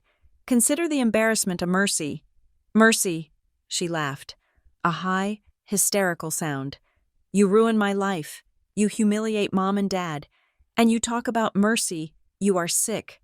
Helena, Dad is right. You have lost your mind. That accident knocked your brain loose. Security, Lucas said into the room phone. I have an intruder in room 402. Yes, immediate removal. You can't kick me out, Bianca yelled. I am her sister. I have rights. You have no rights here, I said. You are not family. You are a liability, and I am liquidating you. 2 security guards appeared at the door. They were large men who clearly had no patience for drama. Ma'am, you need to come with us, one of them said, reaching for Bianca's arm. Don't touch me, she shrieked, slapping his hand away. My grandfather owns this. Well, he knows people. You will all be fired. Take her, Lucas said coldly, as they dragged her out, kicking and screaming about her rights and her trauma. I didn't feel the familiar pang of guilt. I didn't feel the urge to call them back and apologize and fix it. I felt nothing. It was like watching a noisy television being turned off. Peace and quiet, Arthur murmured. Finally, but the silence was short-lived. My phone, which I had set to silent, lit up with a voicemail notification. It was from my mother. I hesitated. Part of me wanted to delete it unheard, but the strategist in me knew that information was ammunition. I needed to know their next move. I pressed play and put it on speaker. Helena, my mother's voice filled the room. It was the voice she used when she was trying to sound victimized. A trembling, breathy tone that she had perfected over years of manipulating my father. I just got a call from Bianca. She is hysterical. I cannot believe you would treat your own sister this way. And cutting off the bank transfers. Really, after all we have done for you? Her voice hardened, dropping the act. You listen to me. I have spoken to our lawyer. There are laws. Helena, filial responsibility laws. You cannot just abandon your aging parents who have become dependent on your support. We will sue you. We will sue you for abandonment. We will sue you for emotional distress. And we will win, because no judge in this country will side with a rich, ungrateful daughter who throws her parents to the wolves. Fix this. Fix this now, or you will regret ever being born. The message ended. Lucas looked at James, the lawyer. Is that true? Can they sue her for stopping the payments? James chuckled dryly. Filial responsibility laws are rarely enforced. And they require the parents to be indigent and the child to have the means. But here is the catch: Helena has been paying into a trust owned by Arthur. Technically, she hasn't been supporting them directly. She has been paying rent on a property they don't own. And since they have squandered nearly $1 million of misappropriated funds, no court in Illinois is going to view them as sympathetic victims. They are bluffing. It is a desperate, empty threat. But they believe it, I said, staring at the phone. They believe they are entitled to my money. They believe it is their right. A plan began to form in my mind. It was cold, it was calculated, and it was perfect. They want to fight about money, I said softly. They want to talk about inheritance and assets. Fine, let's give them what they want. What are you thinking? Arthur asked. I need to send an email, I said. James, help me draft it. I want it to sound defeated. I want it to sound like I am scared of their threats. I want to lure them in. The bait, Arthur smiled. We spent the next 20 minutes crafting the perfect lie. I typed it out with my one good hand, my thumb hovering over the send button. Subject: meeting to resolve estate matters. Mom, Dad, I listened to your voicemail. I have been doing a lot of thinking lying here. The doctors say my recovery is going to be very long, and there are complications with my brain injury that I haven't told you about yet. I am scared. I don't want to fight anymore. You are right. Families should support each other.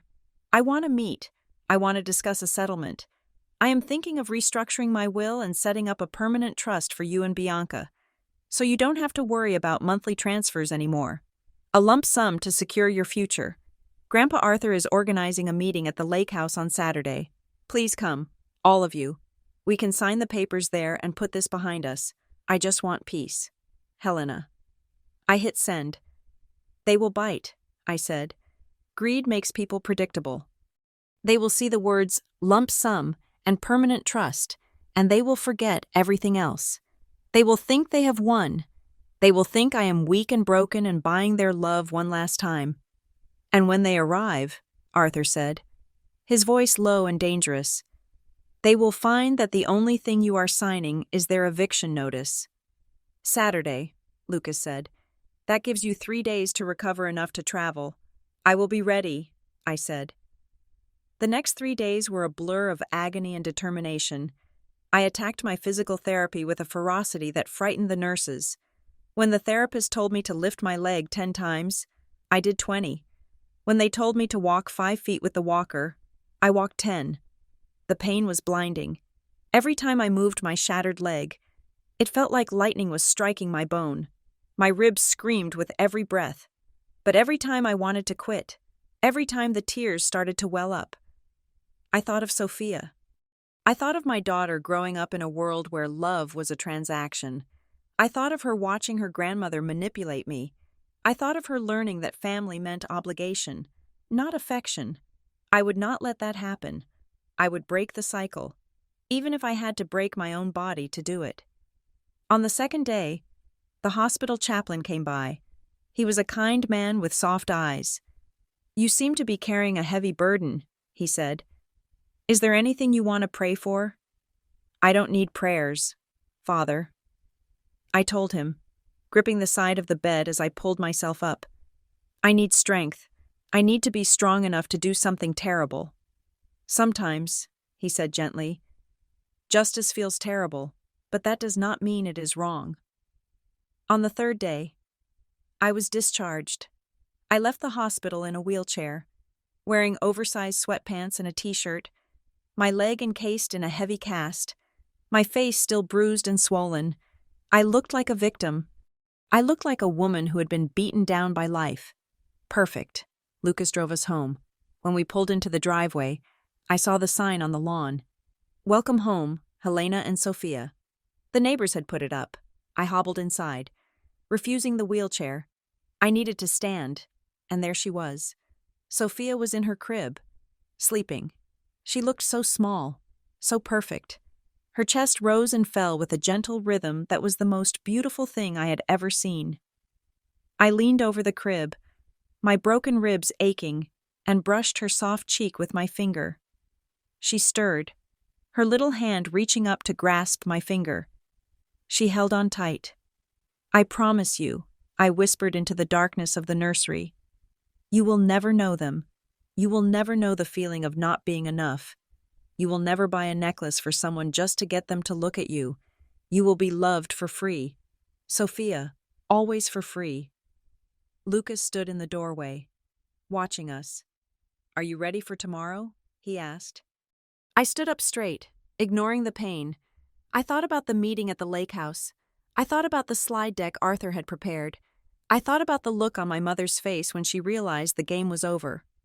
"I am not just ready," I said. "I am looking forward to it."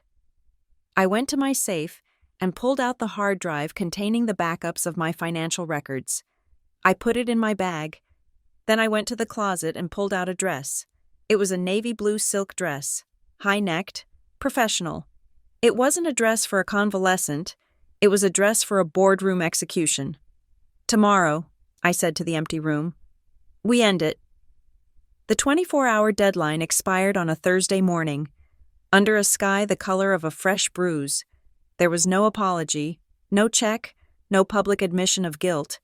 Instead, there was a silence so arrogant it practically screamed.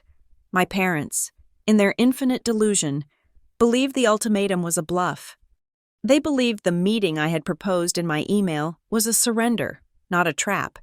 They thought they could wait me out until Saturday, collect their lump sum, and continue their parasitic existence. They were wrong. The execution of my plan began at 9 o'clock sharp.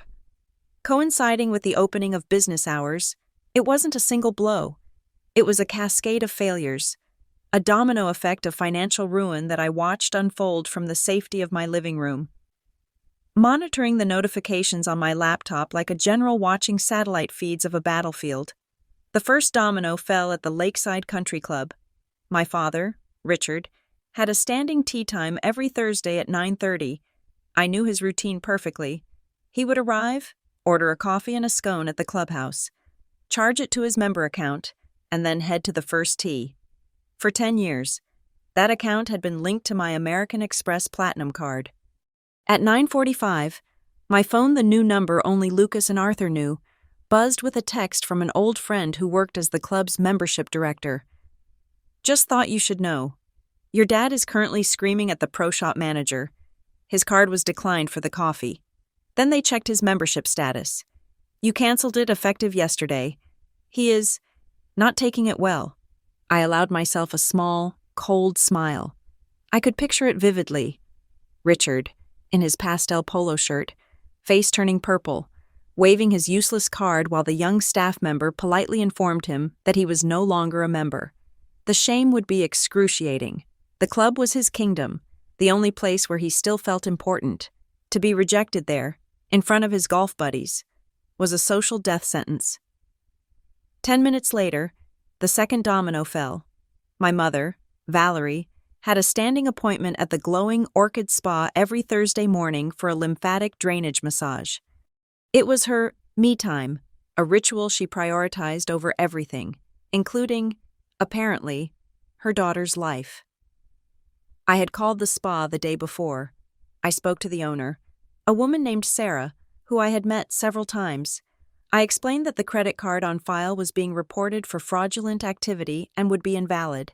I told her that any future services for Valerie Briarwood would need to be paid in cash, up front. At 10:15, the notification came through from the bank transaction declined Orchid Spa, $250. Then another transaction declined Orchid Spa, $250. She tried it twice. She probably told them to run it again, assuming it was a machine error. She could never conceive that the well had actually run dry. I imagined the scene.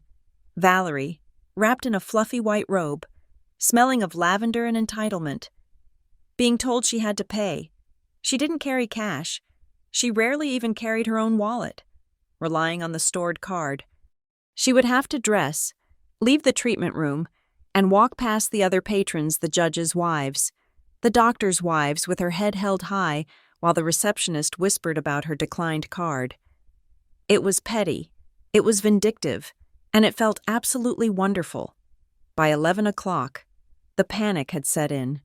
My old phone, which I had left on the kitchen counter but kept charged to monitor their attempts, began to light up. Missed call Mom. 4 missed call Dad. 6 missed call Bianca 3. Texts started pouring in. Valerie Helena. What is going on? The spa just humiliated me. Fix the card, now. Richard. The club says my membership is cancelled. Is this a joke? Call them immediately and tell them it is a mistake. I have guests with me, Bianca. Why isn't the gas pump working? I'm on empty. I didn't answer. I sipped my herbal tea, adjusted the ice pack on my leg, and watched the battery drain as they wasted their energy screaming into the void. But they didn't just stay on the phone. When they couldn't reach me, they escalated. They did exactly what I predicted they would do. They tried to attack my reputation. At noon, I received a call from the front desk of Vanguard and Stone. It was David, the head of security. Mrs. Briarwood, David said, his voice professional but tense. I have 3 individuals in the lobby, a Richard and Valerie Briarwood, and a Bianca Miller.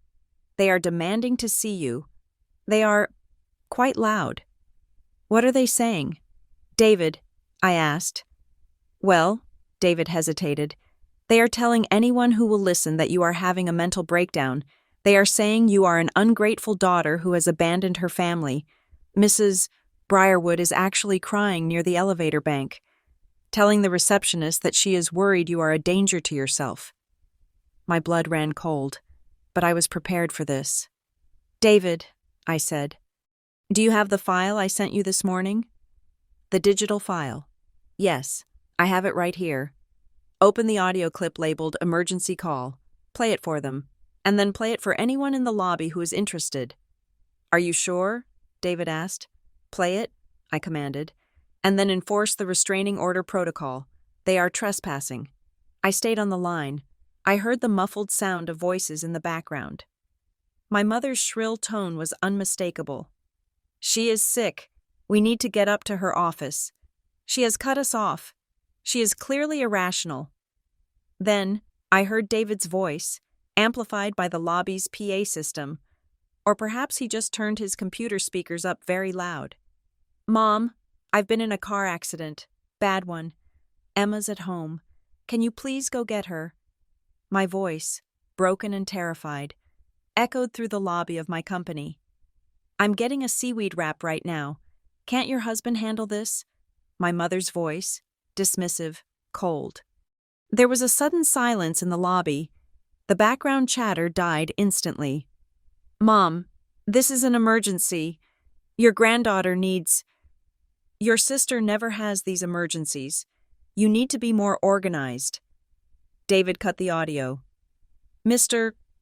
and Mrs. Briarwood. David's voice came through the phone clearly now. We have a zero-tolerance policy for harassment. You are currently trespassing. We also have a directive from Mrs. Briarwood's legal team regarding a restraining order. You are to stay 100 yards away from this building and her residence. That recording is edited, Richard sputtered. That is out of context. It sounded pretty clear to me, David said dryly. And judging by the faces of your audience, I think they agree. Please leave, or I will call the police. I hung up. I knew what would happen next. The story would spread through the office like wildfire. Did you hear about Helena's parents? Did you hear the tape? By the end of the day, the narrative wouldn't be, Helena is crazy. It would be, Helena survived a family of vipers. My colleagues, the people I worked with every day, would not judge me. They would pity me, and then they would respect me for surviving. The final blow of the day was reserved for Bianca. Bianca drove a Range Rover. It was a beautiful car, white with tan leather interior. She posted photos of it constantly, mom car luxury. But she didn't own it. I did. I had leased it in my name because her credit score was in the low 500s. I paid the lease, the insurance, and the maintenance. She just drove it. At 2 o'clock, Bianca was parked illegally in a loading zone outside a high-end boutique in downtown Chicago. She was likely inside trying to return clothes for cash. since her cards weren't working. I had called the leasing company that morning. I told them I was terminating the lease early. I told them the location of the vehicle. I told them I had lost the keys and authorized an immediate repossession. I wasn't there to see it. But Lucas's friend, who worked near the boutique, sent me a video. It showed a tow truck backing up to the white Range Rover. The driver, efficient and quick, hooked up the front wheels. Just as the car was being lifted, Bianca came running out of the store. "Hey, hey!" she screamed, dropping a bag of clothes. "That's my car. What are you doing?" The driver didn't even look at her. He just kept working. "Put it down!" she shrieked, grabbing the driver's arm.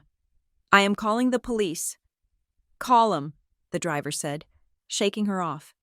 "Leaseholder ordered a repo. Paperwork is digital. Talk to the bank. I am the leaseholder." She lied. "System says Helena Briarwood," the driver said, climbing into his cab. "You, Helena." I am her sister. She bought it for me." "Tell it to the bank, lady." The truck drove off, dragging her status symbol and her only means of transportation down Michigan Avenue. Bianca stood on the sidewalk, surrounded by staring pedestrians. She looked small. She looked pathetic. The golden child, who had never heard the word no, was suddenly standing on a street corner with nothing but a bag of returned clothes and a phone that couldn't call a ride because her Uber account was linked to my canceled card. The video ended. I closed my laptop. The sun was setting, casting long shadows across the living room. The chaos I had unleashed was complete. They were embarrassed, broke, stranded, and exposed. The veneer of their perfect, upper-class lives had been stripped away in less than 8 hours. And the best part, they still didn't know about the meeting on Saturday. They still thought they had a chance to fix it. They thought if they just screamed loud enough, or threatened hard enough, or showed up at the lake house and signed the papers, the money spigot would turn back on. They didn't realize that the lake house wasn't a negotiating table. It was a courtroom, and Grandpa Arthur was the judge, jury, and executioner. I looked at my leg, encased in the cast. It still hurt, but the pain felt different now. It wasn't the pain of injury. It was the pain of healing. It was the pain of a bone knitting itself back together, stronger than it was before. "Are you okay?" Lucas asked, walking into the room with a fresh cup of tea. "I'm fine," I said, and for the first time in my life, I meant it. "I'm just watching the house of cards fall down." "Bianca called me," Lucas said, sitting down. "From a payphone, I think, or a borrowed phone. She was crying. She said she had to walk 3 miles home." "Good exercise," I said. "Maybe she will sleep well tonight." Lucas smiled. It was a grim smile, but it was real. "You're scary when you're angry." "Helena." "I'm not angry anymore," I told him, taking his hand. "I'm done. There is a difference." The sun dipped below the horizon, plunging the room into twilight. The notifications on my screen had stopped. They had finally realized that screaming wasn't working. They were regrouping. They were preparing for Saturday. Let them prepare. Let them think they have a plan. Because on Saturday, they were going to learn the one lesson they had managed to avoid for their entire lives' actions have consequences. And sometimes, the consequence is a granddaughter with a broken heart and a grandfather with a very, very long memory. The lake house was a sprawling Victorian estate that sat on the edge of Lake Michigan. Its white wraparound porch, usually a symbol of lazy summer afternoons and family barbecues. But today, under the steel-gray sky of a windy Saturday, it looked less like a home and more like a courthouse. Grandpa Arthur had summoned the entire clan. It wasn't just my parents and Bianca. My Aunt Sarah, Uncle Robert, and 3 of my cousins were there. They sat on the plush beige sofas in the great room, sipping iced tea and making polite, hushed conversation. They thought they were there for a reading of a living will, a somber but standard family procedure. They had no idea they were the jury in a trial that had been 10 years in the making. Lucas parked our car next to the collection of family vehicles. I noticed my parents had arrived in a taxi, with Richard's Mercedes lease suspended and Bianca's Range Rover repossessed. Their mobility had been severely restricted. The sight of the yellow cab pulling away gave me a small, dark thrill of satisfaction. "Ready?" Lucas asked, turning off the ignition. I looked at the house. I had paid for the roof that sheltered them. I had paid for the landscaping that curbed the driveway. I had paid for the paint on the siding. "I am ready," I said. Lucas retrieved my wheelchair from the trunk. Although I could walk short distances with a walker now, Arthur had insisted on the chair for today. "It is psychological warfare, Helena," he had said. "Let them see what they broke." I smoothed the skirt of my navy blue dress. I checked my makeup in the visor mirror minimal. Stark, highlighting the fading bruise on my cheekbone rather than hiding it. I looked like a survivor. When Lucas wheeled me into the great room, the conversation stopped abruptly. "Helena," Aunt Sarah gasped, putting a hand to her mouth. "Oh, honey, look at you. We heard about the accident, but we didn't know it was this bad." "I am fine, Aunt Sarah," I said, my voice cool and projected. It is amazing what the human body can endure. My parents were sitting near the fireplace. When they saw me, they didn't look concerned. They looked relieved. They looked like people who had just seen a walking ATM roll through the door. "There she is," my father, Richard, boomed, standing up with a forced joviality. He was wearing his club blazer, though the crest on the pocket now seemed like a mockery. "We were worried you wouldn't make the trip, sweetheart. Glad you decided to come to the table. Rationality always wins, right?" "Hello, Dad," I said. I didn't smile. "Helena," my mother said, nodding regally from her armchair. She looked tired. The lack of spa treatments and the stress of the last few days were showing in the lines around her eyes. "I hope you brought the paperwork. We really need to get this settled so we can all move on. This week has been exhausting for everyone." "For everyone," I repeated. "I spent 3 days in physical therapy learning how to bend my knee again. How was your week, Mom?" "Stressful," she snapped. "Very stressful. Being harassed by your office security, being humiliated at the spa, but we are willing to forgive and forget, aren't we? For the sake of the family trust." "Yes," Bianca piped up from the corner. She was scrolling on her phone, looking bored. "Can we hurry this up? I need to get my car back. The impound lot is closed on Sundays." Grandpa Arthur cleared his throat. He was standing at the front of the room, next to a large projection screen he had set up. He wore a 3-piece suit, impeccably tailored, with a gold watch chain draped across his vest. He looked like the formidable attorney he had been 40 years ago. "Please," Arthur said, his voice commanding the room. "Everyone take a seat. We have business to discuss." Richard sat down, rubbing his hands together. "Excellent. Let's see the numbers. Arthur, what is the lump sum Helena proposed?" "The numbers," Arthur said, "are indeed the topic of the day." He picked up a remote control and clicked it. The screen flared to life, but it didn't show a will or a trust fund disbursement. It showed a black screen with a single audio file icon in the center. "Exhibit A," Arthur said. "Tuesday night, 7:50 in the evening." "What is this?" Valerie asked. Frowning, Arthur pressed play. The sound was crystal clear, amplified by the high-end speakers in the room. The sound of sirens wailed through the living room, followed by my voice, ragged and terrified. Mom, it's me. I've been in a car accident. Bad one." The room went deadly silent. Aunt Sarah froze with her glass halfway to her lips. "An accident." Valerie's voice filled the room, sounding annoyed, distinct against the background noise of the gala. "Are you hurt? You know how dramatic you get about these things." I watched my relatives. I saw the moment the realization hit them. Uncle Robert's jaw dropped.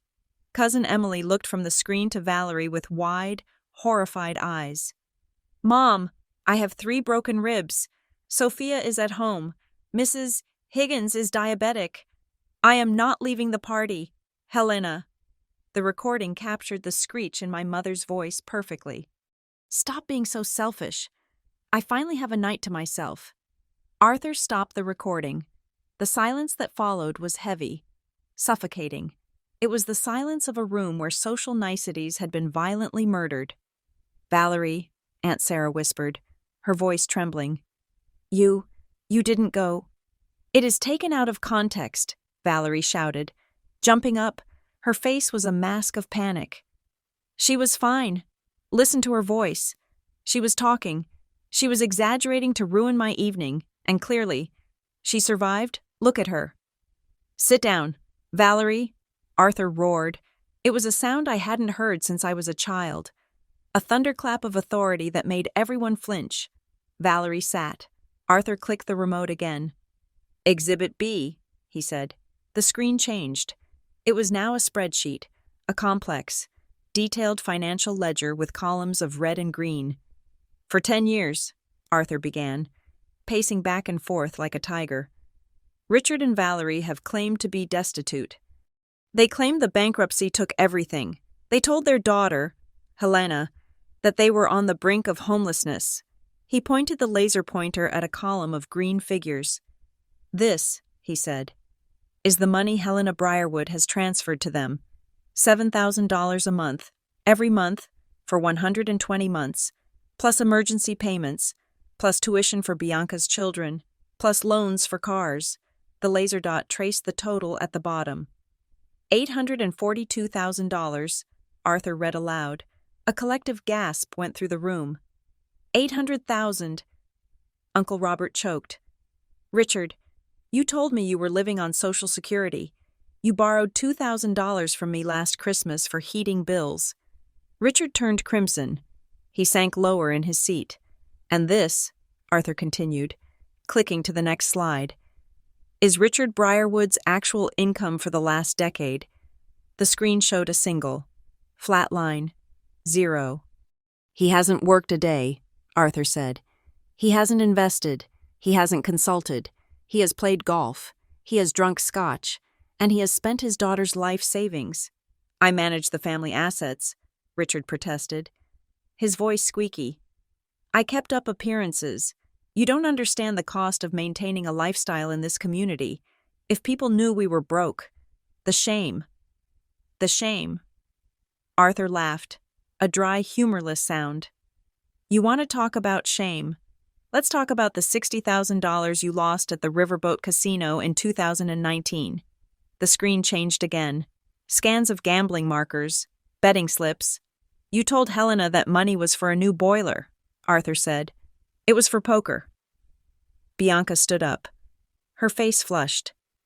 "This is private. You can't show this to everyone. It's illegal." "It is not illegal," Arthur said calmly. "I own the trust you have been leeching off of. These are my internal audits. I can show them to whomever I please." He turned to the room, looking at his other daughter, my Aunt Sarah. "I invited you all here because I wanted you to know the truth," Arthur said. "I wanted you to know why I am doing what I'm about to do. I didn't want Richard to spin a story about how cruel his father is. I wanted you to see the thief." "I am not a thief," Richard shouted, slamming his hand on the armrest. "I am a father. I raised her. That money was owed to me. It is compensation for raising a successful child." Compensation. I spoke for the first time. All heads turned to me. Lucas turned my wheelchair so I faced my parents directly. "You think of me as an investment property," I said quietly. "You put food in, you put clothes on, and then you expect a return on investment. That's not parenting, Dad. That's farming."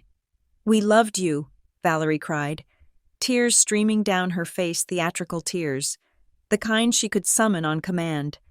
"Helena, how can you be so cold? We are your family. We made mistakes, yes. Maybe we spent too much. Maybe I should have left the party. But to humiliate us like this, to cut us off, it is evil." She looked at the relatives, pleading for support. "She manipulated this tape. She is jealous of Bianca. She has always been jealous because Bianca is happy and she is just a workaholic." "Mom," I said. "Stop." "No, I won't stop," she screamed. "You want a settlement? Fine. Give us the money you promised in the email. Give us the trust. and we will leave you alone. But don't sit there in that wheelchair acting like a saint when you are destroying this family." "I am not destroying the family, I said. "I am evicting it." "Evicting?" Richard laughed nervously. "You can't evict us. This is Arthur's house, and Arthur knows that if he kicks us out, he kicks out his own grandchildren. Bianca lives here too. Her kids stay here on weekends." He looked at Arthur, confidence returning to his eyes. "You won't do it, Dad. You are too soft. You promised Mom before she died that you would look after us." Arthur looked at Richard with profound pity. "I did promise her," Arthur said softly. "I promised her I would look after the family, but I realized something this week. Richard, looking after the family doesn't mean funding the parasites. It means protecting the host." Arthur reached into his jacket pocket and pulled out a single, folded document. He walked over to me and placed it in my hands. "Tell them, Helena," Arthur said. I opened the document. It was a property deed. It was dated 5 years ago. I looked at the date. It was the day Sophia was born. "What is that?" Bianca asked, her voice trembling. "This," I said, my voice steady, "is the deed to the lake house and the surrounding 20 acres. We know Arthur owns it," Richard snapped. "No," I said. I looked up at my father. "Arthur doesn't own it. Not anymore." I held the paper up. "I do." The silence returned, but this time it was different. It was the silence of a bomb having detonated, leaving a vacuum where the world used to be. "What?" Valerie whispered. 5 years ago, Arthur said, his voice ringing with pride. "On the day Helena gave birth to my first great-grandchild, I signed this property over to her. I put it in a dormant trust to be activated at her discretion. I knew, Richard, I knew one day you would bleed her dry, and I wanted to make sure that when the end came, she held the ultimate trump card." You gave her the house," Richard stammered, his face turning a sickly shade of gray. "Our house. My house," I corrected him. "It has been my house for 5 years. While you were screaming at me for being late with the rent money, you were screaming at your landlord." I wheeled myself forward, inching closer to them. "So here is the situation," I said. "You are not tenants. You have no lease. You have no contract. You are guests. And as the owner of this property, I am revoking your invitation." "You can't," Bianca cried. "Where will we go? This is my home." "It was never your home, Bianca," I said. "It was a charity ward, and the charity is closed. Helena, please." Valerie dropped to her knees. It was a dramatic gesture, meant to evoke pity, but from my vantage point, it just looked pathetic. "Please, you can't put your parents on the street. We have nowhere to go. We have no money. You froze the accounts." "I froze my accounts," I said.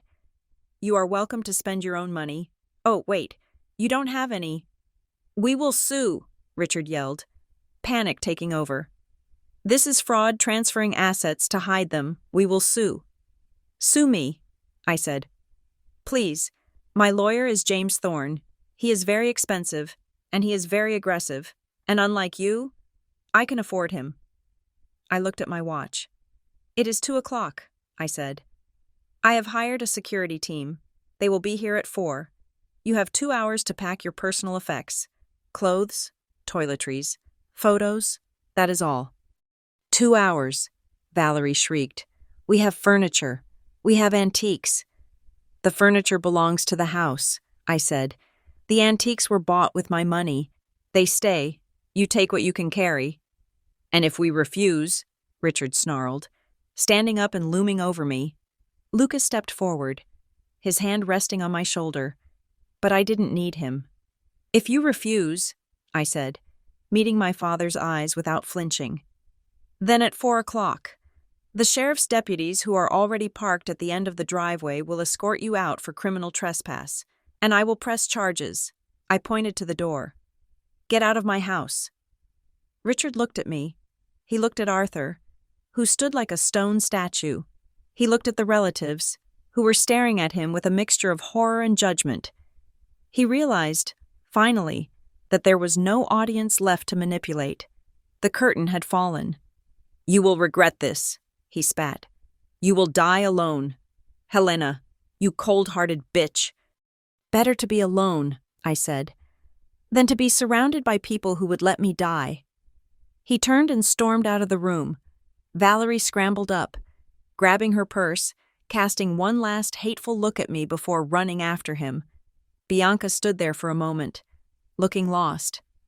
"Helena," she said, her voice small. Can I at least have a ride to the city? My Uber app isn't working." I looked at my sister, the girl I had protected from bullies, the girl I had paid tuition for, the girl who had left me alone in a hospital. "Start walking, Bianca," I said. "It's a beautiful day." She burst into tears and ran out the front door. As the heavy oak door slammed shut behind them, the tension in the room broke. Aunt Sarah let out a long breath. Uncle Robert shook his head. Arthur walked over to me. He placed his hand on my head. "It is done," he whispered.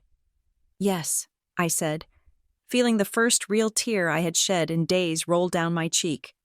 "It is done." I looked around the room, at the lake shimmering through the window. It was my house, my view, my life, and for the first time, it was empty of the noise, the lies, and the guilt. It was empty, but it felt full. 2 hours passed, but the driveway remained full. My parents had not packed. They had not called a mover. Instead, they had barricaded themselves in the master bedroom of the lake house.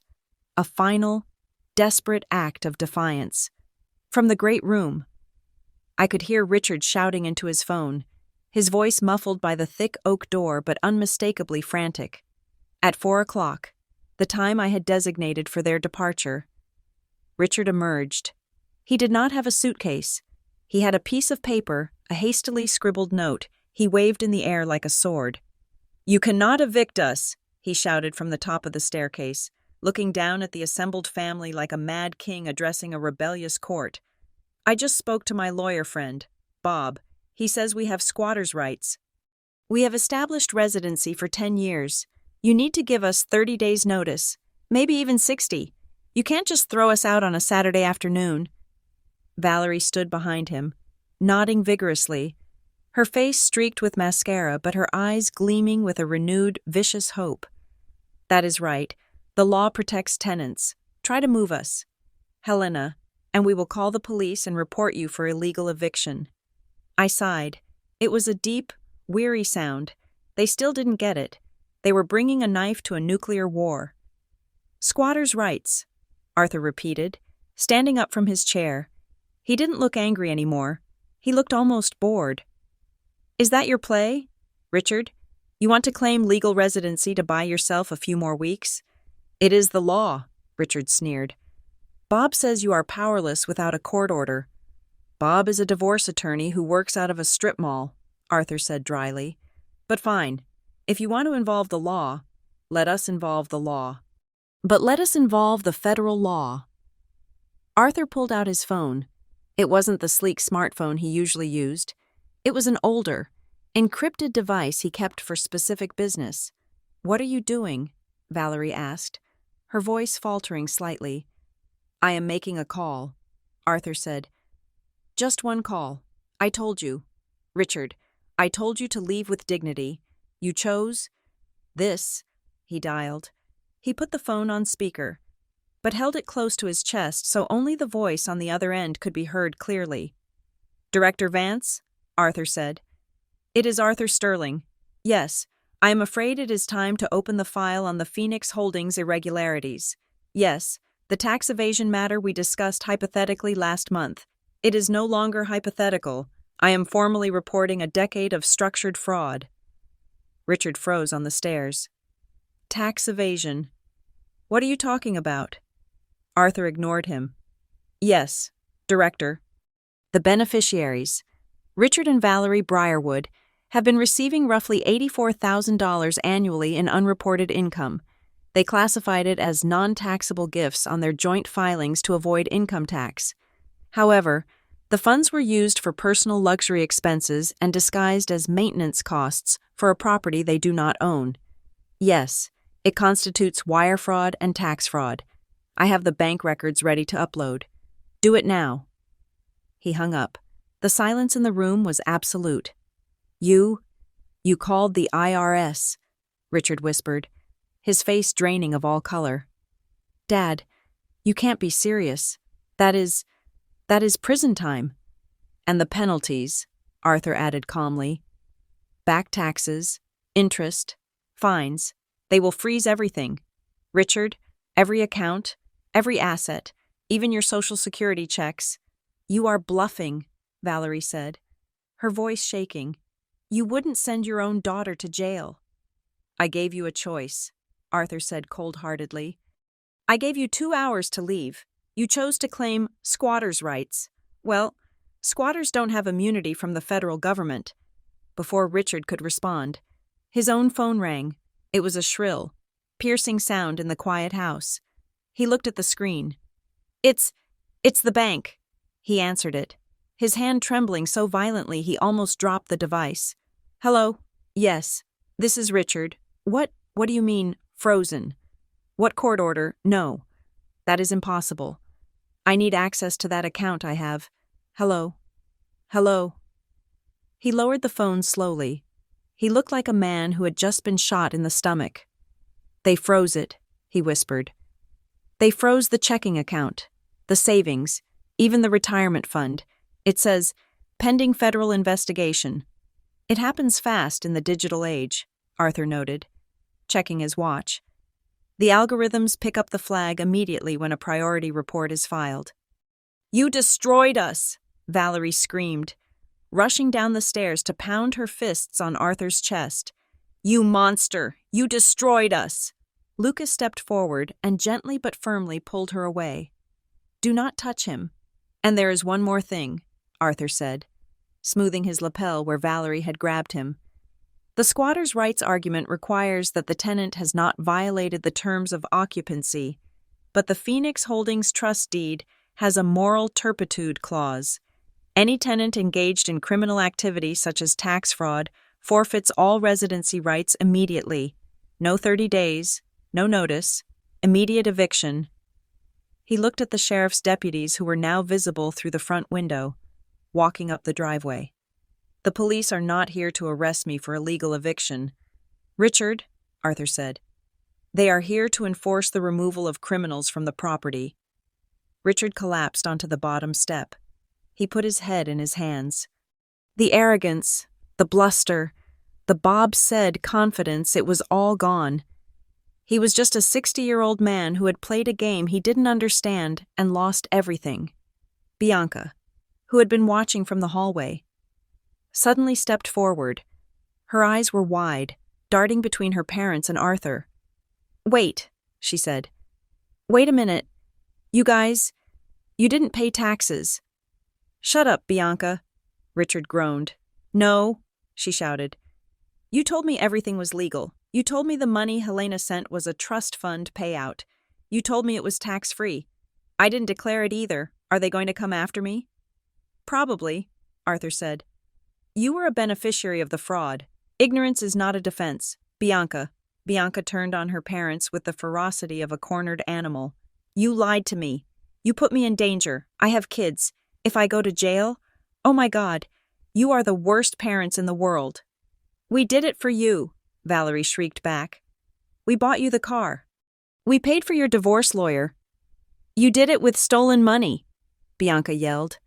And now I'm going to lose everything because of you. I hate you. I wish I had never listened to you. It was a beautiful implosion. The united front of the Briarwood family, the bond that had excluded me for 30 years, shattered into 1,000 jagged pieces right in front of my eyes. They weren't a family. They were a gang of accomplices turning on each other the moment the heat got too high. I sat in my wheelchair, watching them scream at each other. Bianca was sobbing about her reputation. Valerie was blaming Richard for bad bookkeeping. Richard was blaming Arthur for being cruel.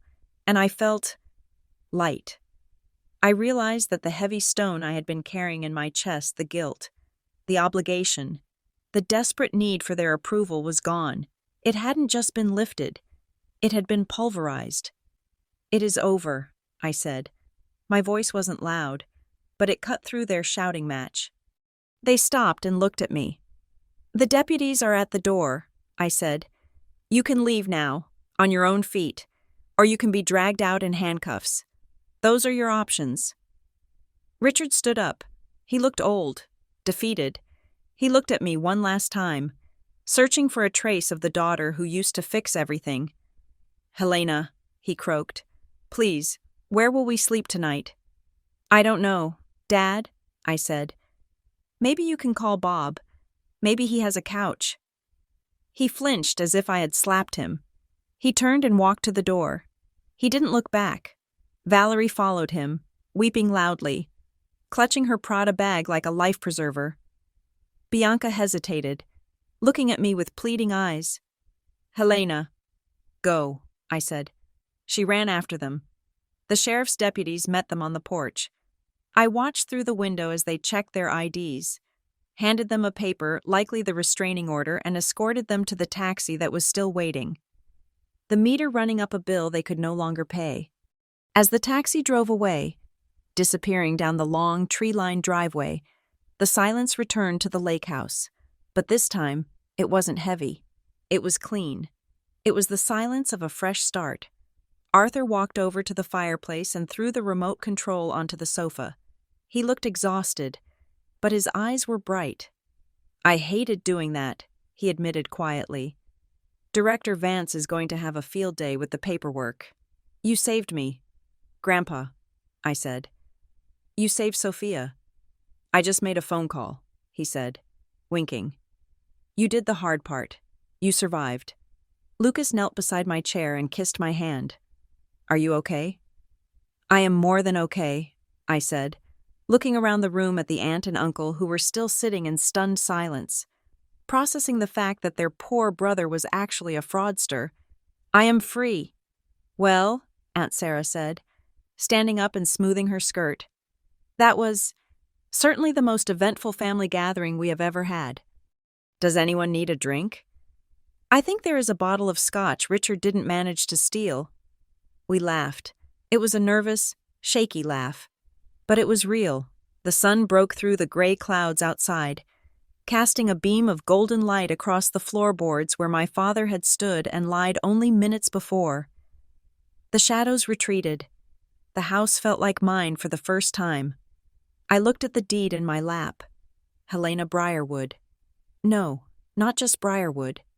"Lucas," I said, "when we get back to the city, I want to change my name."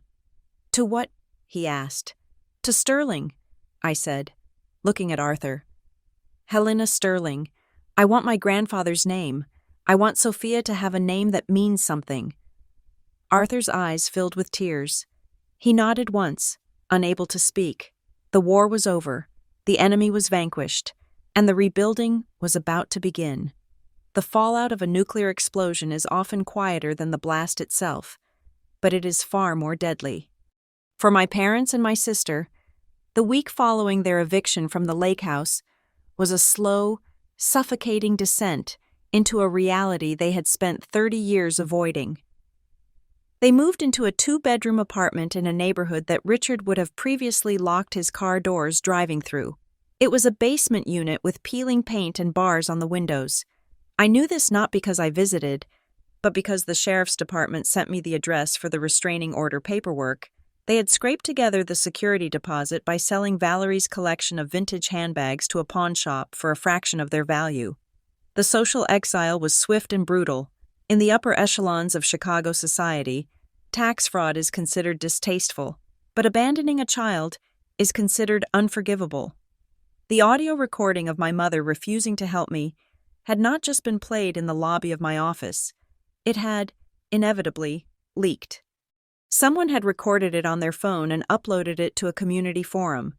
By Monday morning, it had circulated through the country club, the charity boards, and the garden parties.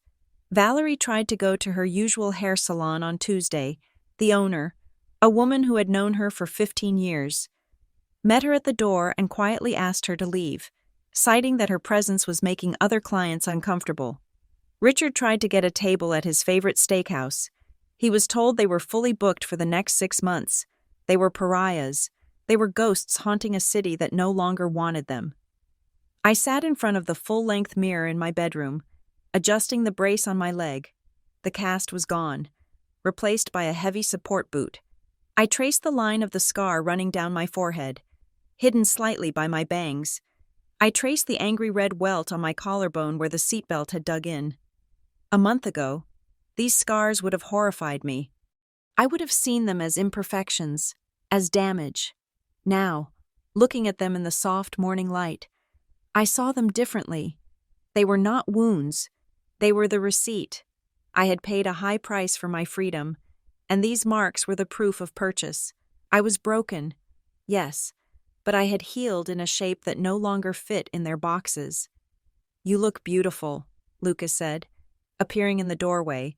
He was holding Sophia, who was chewing enthusiastically on a rubber giraffe. "I look like a fighter," I corrected him, smiling. "That is why you are beautiful," he said.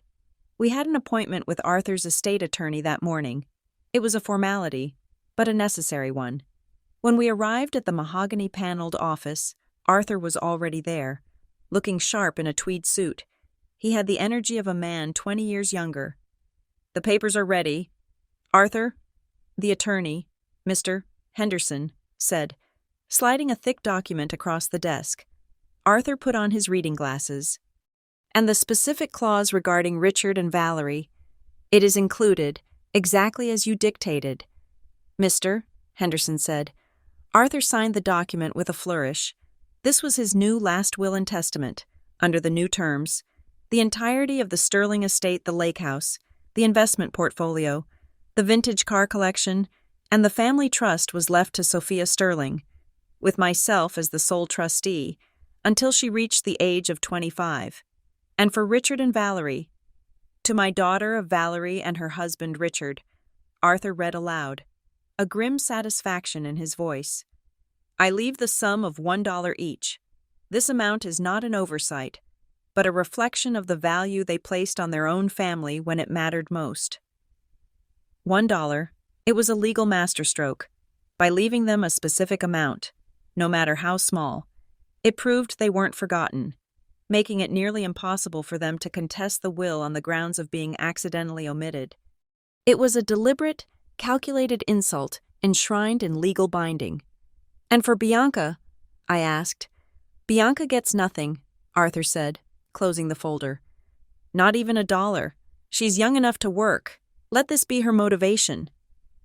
Leaving the lawyer's office, I felt a strange sense of lightness. The future was secured. Sophia would never have to worry about money. She would never have to buy affection, but I had one more piece of business to attend to. I opened my banking app. The automatic transfer of $7,000, which I used to send to my parents on the 1st of every month, had been canceled. The money was sitting in my account, accumulating. "I don't want this money," I told Lucas as we sat in the car. "It feels tainted. It feels like blood money." "What do you want to do with it?" he asked. "I want to clean it," I said. That afternoon, I established the Second Chance Foundation. I set up a standing order. Every month, that same $7,000, the money that used to pay for Richard's golf and Valerie's facials, would now go to a fund specifically designed to help single mothers who had been injured in accidents. It would pay for nannies, for groceries, for rent while they recovered. It would ensure that no woman ever had to beg her mother for help from an ambulance and hear the word, no. It was the best money I ever spent. The final act of this tragedy played out 3 weeks later. On a crisp autumn afternoon, I had taken Sophia to the park near our home in the city. It was her first time on a swing. Grandpa Arthur was pushing her gently, his face beaming with joy. Lucas was sitting on a bench nearby, reading a book. I was standing by the slide, enjoying the sun on my face. It was a perfect moment, peaceful, safe. Then, a shadow fell over me. "Helena." The voice was ragged, desperate. I turned. Valerie was standing there, She looked like a stranger. Her hair, usually dyed a perfect honey blonde, was showing an inch of gray roots. Her clothes were wrinkled. She wasn't wearing makeup. And her face looked gaunt, hollowed out by stress and rage. She was standing just outside the playground gate. "Mom," I said. My pulse didn't race. I didn't feel fear. I felt a distant curiosity, like watching a bug trapped in a jar. "I need to see her," Valerie said, her eyes darting to Sophia on the swing. "I need to see my granddaughter. You can't keep her from me. It is unnatural." "I can," I said calmly. "And I am. We are starving." "Helena," she hissed, stepping closer. "Your father is depressed. He won't get out of bed. The IRS has frozen everything. We have no food in the fridge. We are eating instant noodles. Us, eating noodles." "I like noodles," I said. "They are affordable." "Don't you dare mock me," she screamed, her voice cracking. "Give me some money, just 5,000, cash. I know you have it in your purse. Give it to me, and I will go away." "No," I said. "I am your mother," she shrieked. She lunged forward, trying to push past me toward the swings. Sophia, it's Grandma is here." She reached out, her hands clawing at the air, trying to grab the chain of the swing where my daughter sat laughing. Arthur stepped in front of Sophia, shielding her with his body.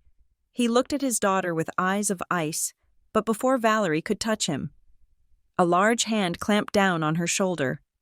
"Ma'am, you need to step back," a deep voice said.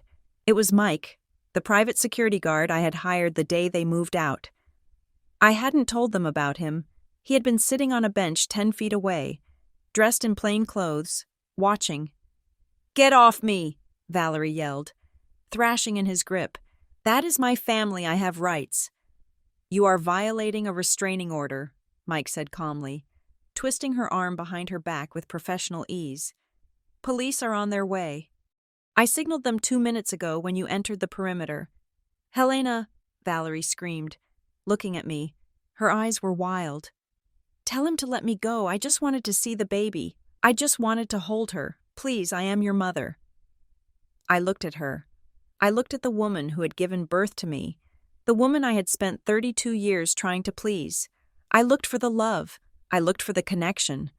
I found nothing, just a void where a mother should be. 2 police cruisers pulled up to the curb, their lights flashing. Officers swarmed the park entrance. "Is this the individual?" an officer asked me, pointing to my mother. "Yes," I said. "Valerie Briarwood. She has been served a permanent restraining order. She is harassing my daughter." "Understood," the officer said. He pulled out his handcuffs. "No! No!" Valerie wailed, as the cold metal clicked around her wrists. "Helena, don't let them take me. It is jail. I can't go to jail. I am a lady. I am a respectable woman." "You are a stranger," I said softly. She stopped screaming for a second. She looked at me, really looked at me, and saw the truth in my eyes. The bank was closed. The heart was closed. The door was locked. "I curse you," she spat, as they dragged her toward the car. "You ungrateful brat. You will be sorry. You will need me one day." "I needed you 3 weeks ago," I said to her, retreating back. "And you weren't there. I won't make that mistake again." They put her in the back of the squad car. She looked small and pathetic through the window, her face pressed against the glass, mouthing words I couldn't hear. I turned my back on the police car. I walked over to the swings. Arthur was holding Sophia, who was looking at the flashing lights with wide, curious eyes. Lucas stood up and put his arm around my waist. "Is she gone?" Arthur asked. "Yes," I said. "She is gone." "Good," Arthur said. He smiled at Sophia. "Now, where were we? Yes, higher. We were going higher." He pushed the swing. Sophia giggled, her laughter rising into the autumn air, pure and untainted. I watched my daughter fly. I watched the man who saved me. I watched the husband who stood by me. This was my family. Not the people who shared my DNA, but the people who shared my pain and my joy. The people who showed up. I looked at the sun filtering through the turning leaves. Golden and bright, my leg ached. Just a little. A phantom reminder of the crash, but I didn't mind. It was a good ache. It was the feeling of standing on my own 2 feet. Blood does not make family. Love and sacrifice make family. And sometimes, to protect the real family, the one you build with your own hands and heart, you have to be willing to pick up the knife and cut out the rot. Even if that rot has your own last name. I took a deep breath of the crisp air. It tasted like freedom. My name is Helena Sterling. I am a mother. I am a granddaughter. And I am finally, completely, whole. Thank you so much for listening to this story. It was an emotional journey for me to share, and I hope it resonates with anyone who has had to make tough choices to protect their peace. I would love to know where you are tuning in from today. Please drop a comment below with your city or country. Let's see how far our community reaches. And if you enjoyed this story, please consider subscribing to the channel Family Revenge Stories, hitting that like button, and smashing the hype button to help this video get recommended to more people who might need to hear this message. We are building a family here, one story at a time. Stay strong.